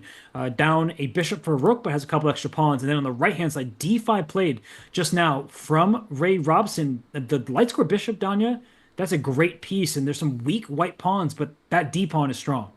So rook h2 here. Is there f2? Is that the idea? Unbelievable tactical vision with no time by Sam, and he'll pick up the rook at the end. And bishop h3, by the way, after rook h2 looks tempting, but queen f5 check. I think that would be a really strong reply from White. But now if you play bishop h3, White will pick up the pawn on f3. What do? What's the move? 2 seconds for 7. Does he trade queens? You have to. He's got to move. The bishop's under attack. You have to trade queens. Barely got off the move, and now who's better? Who's playing for a win here? King g3? It has to be White because of the presence of the queen side, but then again, they're all in light squares. So how do we have the same endgame in both games? What is going on here? Now, Wesley can draw by playing bishop to d4 on the left small board, folks, exchanging the a pawn for the f pawn. That's a dead draw. I think we can trust Wesley now to hold the position. What do you think? If he plays bishop d4, I definitely agree that he is going to make a draw, and there's really no concern there. The g3 h4 configuration, dark squares, you can attack it. I trust Sam Sevian to hold this because how can White make any progress? Wow. I mean, Sam arguably overpressed by taking that pawn with his bishop. I don't know if he was ever winning. Unbelievable level of play given the complexity of the position, but with that bishop sandwiched on c6, guarding 3 pawns at once, yeah, I think black is in good shape here. What a series of events we have seen. I mean, these games, they're both going, it looks like, down the path of a draw, and that's really good news if you're a Wesley So fan, because he won the first game, Danya, which means that he will move on in the losers bracket, and Abhimanyu Mishra, his time in the American Cup will come to an end. Yeah, and what a run by the young GM, the youngest GM in history from New Jersey. He was literally that close to beating Hikaru. I mean, one move away. The luck wasn't on his side, and even here, such a frustrating way to go. Playing that bishop a4 Berlin line, seeing the tactics, but not able to capitalize in time pressure. Looks like Wesley is frozen. He's down to 30 seconds. I mean, has he really not made a move yet? Well, bishop d4, if it's a draw, he knows it's a draw. So he's just trying to figure out if But that's for sure the case. why is Wesley Ooh. flirting with like any calculation? Bishop d4 is game over. It's a draw. Maybe he didn't trust it. He went king f6. So he's actually, I think, flirting with some danger here by continuing this game because, Donna, there's a future at the left-hand side of our screen, everybody, the small board, where white plays f3, g4, and creates an outside pass pawn. I know it should still be a draw. The evaluation board is right in the center, but especially as this black king continues to run away, maybe there will be a daydream, at least, of a pass pawn for white. Completely inexplicable. I mean, Wesley wasted his whole time advantage. I still think he should hold. He's trying to get his king to b6. This is such a circuitous route. Kick the rook away and then move his king to b3. But white has like 600 tempi potentially to get his own king into the mix. No, this is not the way. I guess Wesley was using all that time to calculate this to its final stage, but it doesn't seem that straightforward. So you're right, the white king in the center, still room for Wesley to go wrong. And whereas the right-hand side of our screen, Sam Sevian against Ray Robson, that looks like just a complete draw. I think the games will eventually transpose into each other. I think that's where we're heading. So the light square bishop will turn to a We'll dark square eventually, bishop. yeah, we'll transform. I don't actually know what that word means, but Obviously, now you're going to look it up and then use it 5 more times. yeah, exactly. You know me too well. So Abhimanyu knows all too well what Wesley wanted to do, and White's king put on the jet skates. It's going to reach c2, preventing Black's king from getting to b3, and it's game on again. I think that Wesley, he went wrong by not winning the f2 pawn. Giving up his passer for the f2 pawn would have resulted in a draw. Now on the left-hand side of our screens, if that white king gets back, it will stop the a pawn, and f7 is tender. So look at Wesley. He's bringing his king back. We see a draw on the big board, by the way. So Yep, Sam Sevian and Ray Robson will go to blitz next. And I can rearrange the other board. It has done its job. Thank you. Well, I don't know who I'm. I guess I'm thinking OBS. Okay, go on. You can keep talking. It'll just take a second. I just took a second as well to see Fabiano Caruana against Levon. Oh, yeah.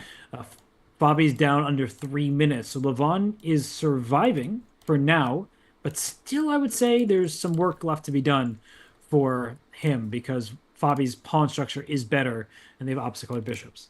Fabi that guy's hunger for chess, it never diminishes. He's everywhere.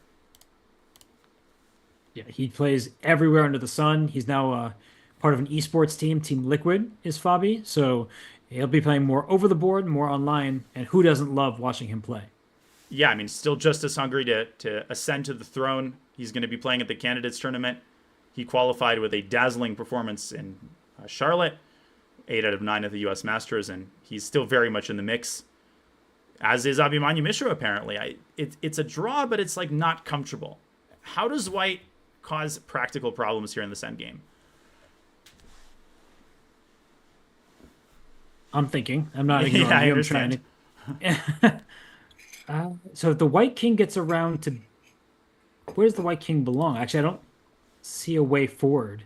Because here, even if the white king goes up to f4, there's bishop c1 check, And then if it goes to e5, there's bishop back to b2 check. So I think that the black bishop has just enough real estate to keep the white king out. Yeah. So Wesley just sits, I guess, king g7 on the board. I assume he's sitting down at the chessboard. I'd be concerned. Wait. But king g7, the white king gets in through e6. Oh, zig and zagging this way. So he goes to e7 using the a pawn as indirect support, defending g7. The rook has to stay rooted to that pawn. Well Wow, spotted by you. that's really well done from Wesley. I get the feeling that when he paused earlier, he was trying to visualize his fortress, and this seems to do the trick because the white king, I think we should show that quickly, Daniel, if we can, that if the king had gone to g7, the white king actually would have made progress in this exact type of continuation where e6 would have been accessible. Exactly. Now black is in zugzwang because if the bishop keeps shuffling, you go like rook a7, king f6, and boom. That's all it takes to let the king through, and often that signals death. So Abimanyu is trying to shoulder black's king, but it's like, I'm not leaving. I'm not going anywhere. It's just going to stay on these squares and, keep shouldering white's king out of e6. Or is it? Like, why not? King d6. Wow, just sometimes these top players make chess seem so simple. Like, is this not a zugzwang type of position? And also, can you play black play for a win? Like, if white goes king d6, then after bishop d4, suddenly white runs the risk of losing all his pawns. Yeah, I guess though this waiting method, the wait and see, is just working out just fine. So Daniel, I'm with you though. The white king goes too far, like king c6, then the black king will step forward, f4, king e6, king f5, and so on. But for now, it seems like the waiting game is more than good enough because the draw secures Wesley's placement in the next round. Yeah, I mean, soon enough, Wesley will be wait and seeing Abimanyu Mishra to St. Louis Airport because I'm not seeing a single attempt here. It's very depressing when you have to win, but you can't even hypothetically try something like, what, you're going to play rook takes a3 and hope he doesn't recapture? No, I think there's nothing. There's nothing. There's nothing here. So it looks like a job well done in the end from Wesley, and that's sad news for Abimanyu and his fans. I'm just trying to see if Fabi's game is heating up. Down to a minute and a half is Fabi, but it looks like pieces are getting traded. So Fabi is up a pawn, but that game will go on for a while, I imagine. Yep, that's our obligatory single remaining game. Of course, there is the Women's American Cup still very much going on. I'm sure some people are wondering if Carissa was able to, if her desperate counterplay amounted to anything. And Abimanyu is now, what he's doing is he's trying to goad Wesley into an impatient move like bishop e5. He's hoping for a miracle, but unless white actually creates a threat, there is zero reason to do anything other than wait. With bishop c1, bishop b2, just shuffle. Okay, or this. Fancy pants. Yeah, the g3 pawn in this game is a potential vulnerable one from Mishra. So like at any point, black can just bishop e5, force the pawn on all the pawns in dark squares, and then you should have no risk whatsoever. And you can even if white goes king e3, you can check on c1 immediately. You don't even have to wait for the king to get to f4. Yep, great observation by you, Wesley, putting all the trust in his technique, shutting and sealing off the last method. Abimanyu might try g4 just out of desperation. In fact, I would for sure try g4 here. Yeah, the problem with g4 is that after taking twice, the a3 pawn drops, but then the black bishop goes after h4 because that's on a dark square. And this is why we don't like our pawns on the same color as our opponent's bishop. Yep, I think the h4 pawn is with you there. And we're just a few moments away here. I also think the Fabi game might not actually last that long. Levon is very confidently carrying out. He's not even using a sliver of that huge time advantage to hold the draw. Levon gonna Levon. I mean, it's great to. They always say the chess world's a better good. place when Levon is playing well, and he is playing so quickly. Even when he was in a bit of danger, I mean, he uses the clock as a weapon. Yeah, he's you said sometimes he bluffs, sometimes he can go too far, but the way that he was able to recover, and as you said, putting faith in his calculation, he's an amazing blitz player. And okay, still moves being made here. What about the women's section? Any results there?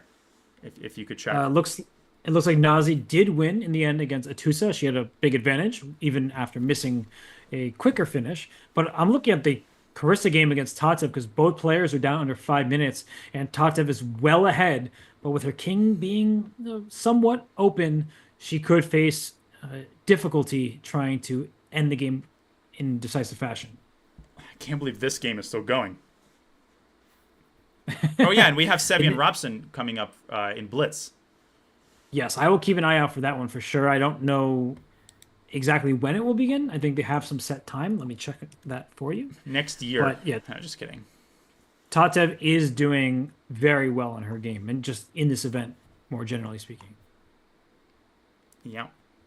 So the Mm-hmm. I'm looking.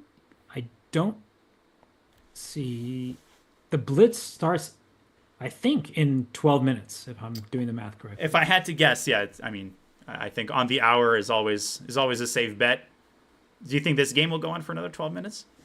I mean, it might. There's I'll say no, and then it'll go on for 20 minutes because just check, check, check, push a pawn, keep on going. Yeah, I mean, let's not forget this is the tournament for Mishra. Like these are the last moves likely he'll be playing. I don't know what the routine is. Like, do the players stay because there's the American Cup Blitz after the tournament?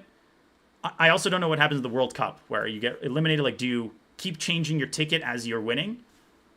So you generally do, and people who lose sometimes get asked to be the seconds for people. So like let's say, Oh, Grandmaster insert name, they lose, their buddy's like, hey, like you want to stay for a little bit and help me because I'm in the next round. So that's actually quite common. so you beat Magnus in round one. You're like, all right, Magnus. I know you don't have better things to do. Would you mind assisting me as I destroy like Dingli Ren in the second round?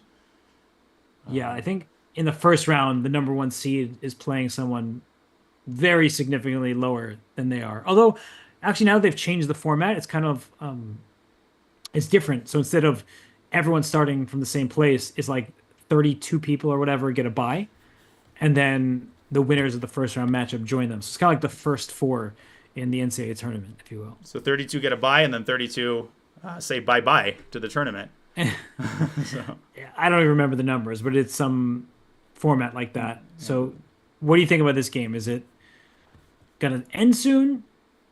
Oh, Tatev is doing work right now. should I flip on? I need to run to the bathroom. So should I flip on Tatev's game as I take the break? Sure, sure, go for Two it. minutes or so. And this one, if something crazy happens, I can actually keep this open if you prefer on the small board. Yeah, why don't you keep? Because I can't make the moves anyway, so why don't you do that? And I can just talk in generalities. Okay, so let me see if I control Z a bunch of times. Like, will it? Yeah, I think it will have the desired effect. Okay, there we go. And this is a proxy again. Like, and we should definitely maybe at the end of the show take some time to explain to people, you know, what our journey is, what our concept is. But Wesley's concept is to draw rook and bishop versus king. And on the other board, on the big board, I'm going to put on Tatev's game. By the time I stop talking, she'll probably have already won. And I'll be right back. I'll leave you to handle all the chats and uncivilized masses. Sounds good. See you in a sec, Danya. All the power in my hands now as Danya leaves, but of course, I see his headphones still on, which means he's probably going to be listening even as he goes to elsewhere to make coffee or whatever he's going to do. I feel so powerful. Hello, Danya's chat. People are saying that they miss you already, Danya. I know you're listening, so I hope you enjoy that. Let's talk about this game here on the right-hand side of our screen with Carissa versus Tatev, because Tatev is up in exchange. We saw that happen earlier. Hello, everybody. I see you. Kitten with Mitten, Jimmy, etc. Hello. Yeah, I do hope he returns with his cup filled. I just don't even know what to say because everyone's just typing all at once. So you wait for Donnie to leave before you start typing in his channel. Tell me how that makes sense. Explain that to me, please. So anyway, is American Cup same as U.S. Championship? No, it's a different event. American Cup is a double elimination tournament. The U.S. Championship is a round robin format with 14 players. Is it 12? I forget how many rounds it is these days. A lot. So, okay, let's take a look at this game between Tatev and Carissa, the right-hand side of our screen. We see the last move played was queen to h5, just going after that bishop. And I think that Carissa's running out of hope. Tatev's done a really great job. There's a single check available. The bishop can slide in to e6, checking the black king. But the black rook on c2, it's perfectly aligned with the queen on h5, trying to go down and win the h2 pawn with checkmate. There's also rook e2 ideas, trying to trade off pieces. So yes, Zoomja, I get it. That makes a lot of sense. That's actually well said. That you're speechless because Danya is so eloquent. Is Hikaru playing? He is playing in the event, but he already drew his game against Lanier Dominguez. We see on the left-hand side of the board, or the screen rather, Wesley So with black against Abimani Mishra with white. It's rook versus bishop, king and rook versus king and bishop. I do recommend you look that up. You can actually train in these end games so that if it appears in your own game, you're able to hold. If you have the material deficit, but maybe you can even try to figure out tricky ways and attempt to win games that you probably shouldn't if your opponent plays accurately. FIDE rated for starters, money prizes for logical reasons. I don't know if you're talking about the differences between the stakes, I got it, of the American Cup. Yes, there's quite a lot of money up for grabs, and people are playing for rating. What have I been up to on my commentary hiatus? Of course, ignore this if it's too personal. What if it's not too personal? I still want to ignore it. You didn't really leave that option available to me. Enjoying life, just living day to day. Some months off from commentary. It's allows one to refresh and recuperate and maybe get rejuvenated to do more events like this. But it depends. Depends if you're a good audience, good spectators. Did we pre-plan the puns? No, we did not. We most certainly didn't. You know me. Danya gives a pun. I'm like, not sure about that one, but occasionally he does catch me by surprise, and then I have to laugh. But I make sure I laugh internally, and that way he doesn't know what's happening. So maybe he's not listening anymore. He doesn't know that I do find some of his puns funny. Life is good. Yeah, hoodie does look comfy. It is comfy. Anyway, this game here, it looks like Abimani Mishra is going to draw against Wesley So. He is going to hope that Wesley blunders uncharacteristically because Wesley is one of the most solid players on the planet. He does make many draws, and when he's facing a material deficit, but in theoretically drawn territory, it's not like Wesley to lose those games. And the right-hand side of our screen, it looks like Carissa is down under a minute on the clock. She brought her queen forward in her game. I think she's trying to give up her bishop to win Tatev's rook. You see that queen diagonally staring at the rook on c2, but I don't think that this is going to be good enough because for Tatev, hey, Danya, I What's see you up? there. I mean, You're back now. You were captaining the ship very adroitly, so I was like just standing and listening in awe. I love the part where you're like, what if the question isn't too personal, but I still don't want to answer it? Like, that is so relatable. Right, I just didn't have enough options. It didn't feel like the multiple choice that I could successfully accomplish. Yeah, no, I mean, when you do streaming commentary, it's like there's so many things you're handling at once. Sometimes you just want to like, just you want to hear something without a question mark attached to it that demands an immediate response. As we see, Queen takes, well, this demands an immediate response because if the queens get traded, it feels like the rest is a matter of technique.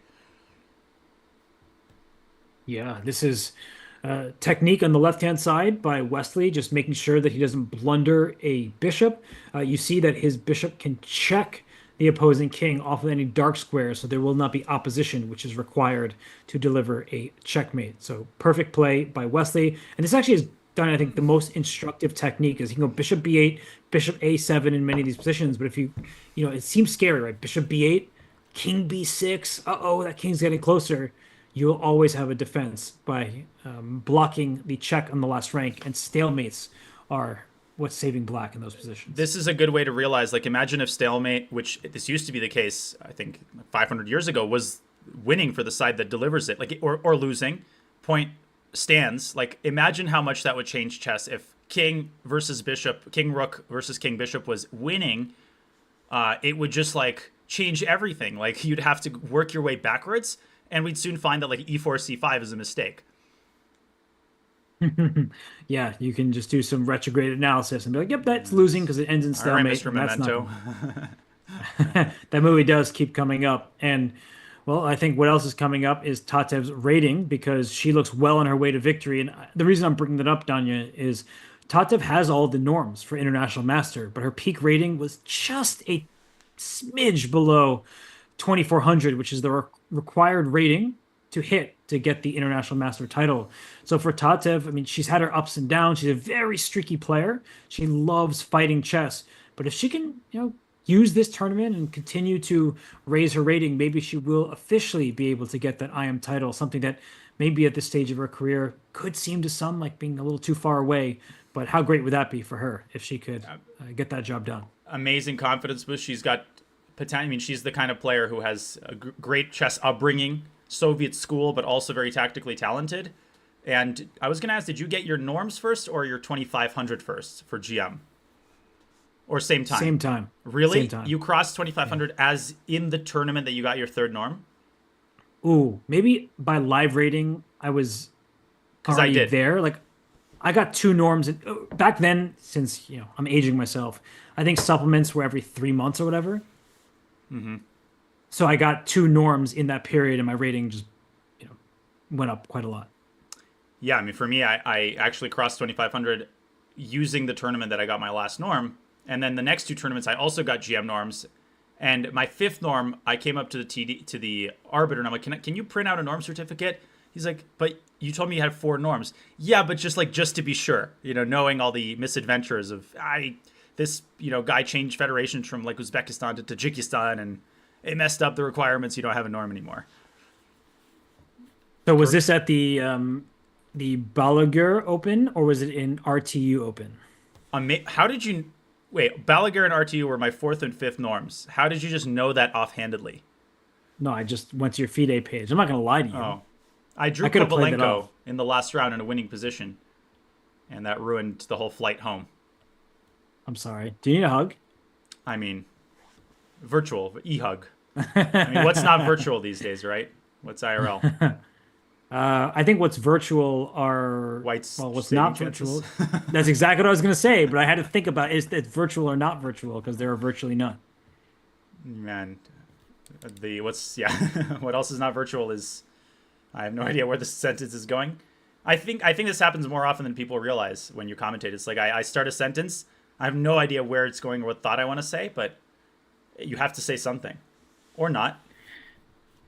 I could sit here silently if you'd prefer. Hey, silence is underrated. Are we just going to silently wait for Sam Sevian and Ray Robinson to play Blitz? Because that should be happening soon, right? Yeah, let's double check on that. Fabi and Aronian have drawn their game. Nothing noteworthy happened there. Wesley obviously needs to make 50 moves, which he will. And I think a lot of fans... Yeah, what's up? No, sorry, you go ahead. No, I just think a lot of fans are like, oh, it's disrespectful to test Wesley in a basic endgame. But no, it's not. Like, Abimanyu is fully within his rights to make 50 moves here, as he should. Anything can happen. You're a human after a long game. Like, crazier things have happened in chess.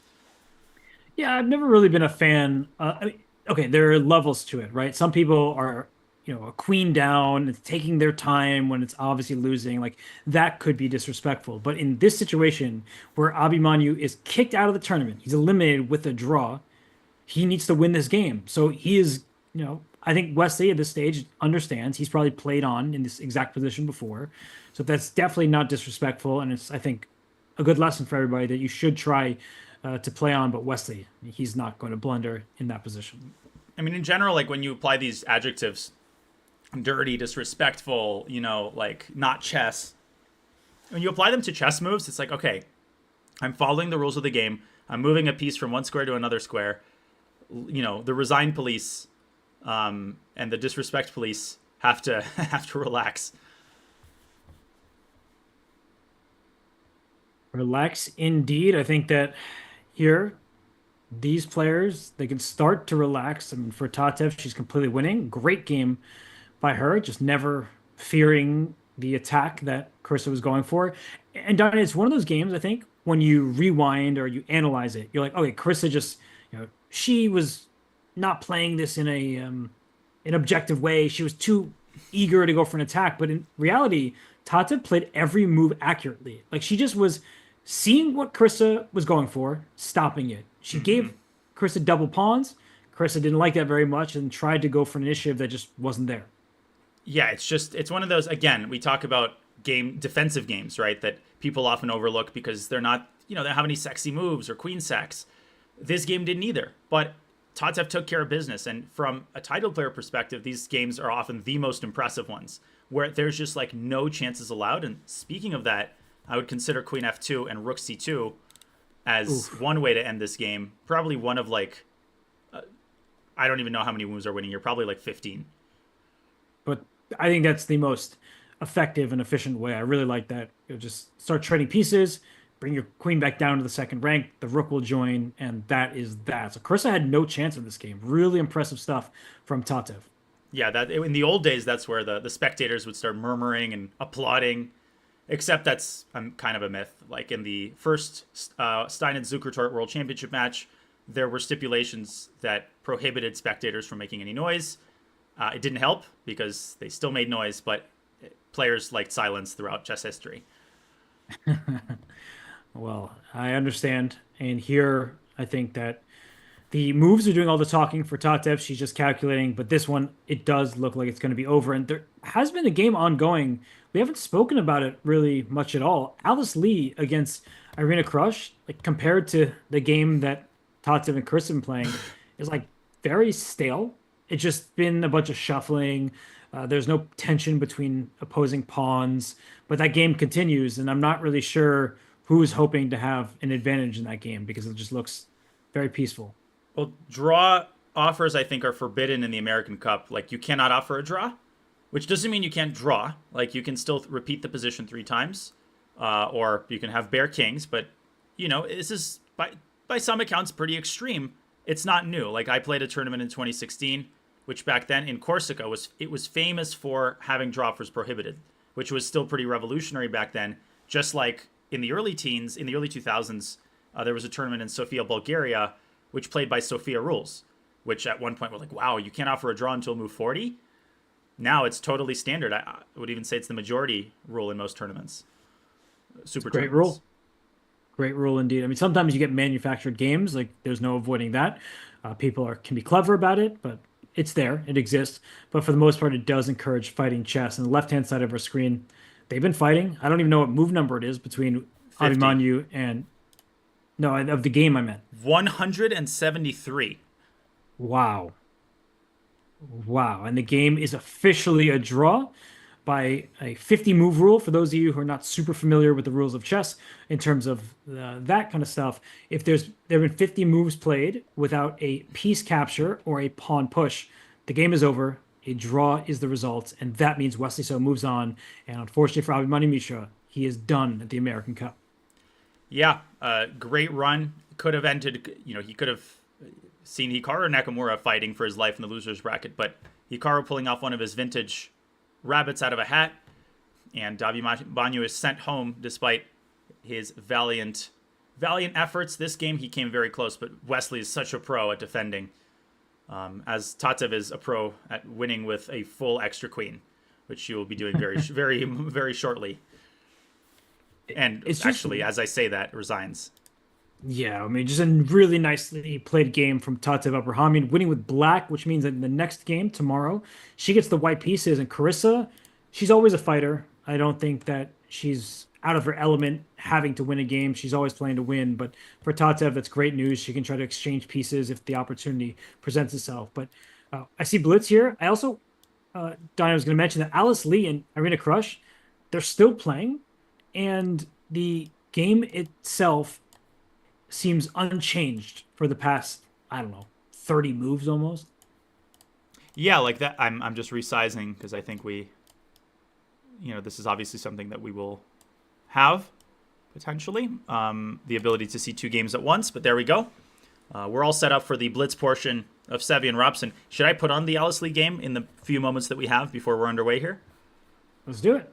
Okay, so we got to go back here. Let's see how quickly I can do this. Not very quickly. I have faith in you. You got this. We're all rooting for you. I could also Have open self-confidence this in a for you. separate tab, but I won't be doing that. Oh, yeah, this is like, it's not even like watching paint dry, at least like paint dries. But here, literally nothing has changed. it's two different games of checkers on the same board, right? All of black's pawns there on the light squares, with the exception being G7 and H6, and same deal for white. A3, B4, D4, E3, F4, all dark squares except for those two kingside pawns in the G and H file. So, yeah, this is just locked up. And the question becomes, Danya, Hmm. who is the side that can break open the position? Because we have rooks and queens on the board. So a move like G7 to G5, if you could play that all at once without the rook on G6 in the way, black is suddenly like attacking. So I do think Irina might go for a Petrosian king march. It's a possibility. And then play G5. Yeah, King G8, it like depends on her next move. Is this an ambitious attempt to infuse the position with vibrancy, or is she just like looking at her opponent being like, all right, Alice, restaurants, will be closing soon for the lunch dinner break. Can we get on? Can we repeat moves, please? It can be hard to say. And Alice trying to get rooks off the board. Obviously, maybe not obviously, but I wouldn't take on G3 here because that makes the C6 pawn a lot more tender. So what do you rook G6 back? Why not? This just seems like a whole lot of shuffling, but maybe black will have a G5 pawn push at some point. That's like the one thing that I see, but I feel like given the time situation, Danya, both players are going to be very reluctant to start pushing pawns like that because it opens the position and you're playing a game of blitz. Yeah, and I mean, you know what this reminds me of is sometimes in like Title Tuesday, there's some troll and he's playing someone who doesn't resign, and the guy will make 49 moves and push a pawn, and then another 49 moves and push a pawn, and that way you can. I mean, I think you can get banned for this, as you should be. For that's actually disrespectful, but here we might see like shuffling, and it's just like black is awaiting what she sees as the perfect time to play G5. Depends on her mindset. Like a lot of this depends on what Irina's feeling right now. Is she like, draw with black is solid? Alice is definitely taking the threat of G5 very seriously because she's just eliminated it. Wow, that's a pretty big decision there from Alice. I mean, if it's accurate, you say, great move, you stop G5. If it gives black some chances to say, could a bishop on E7 target that H4 pawn, suddenly you're questioning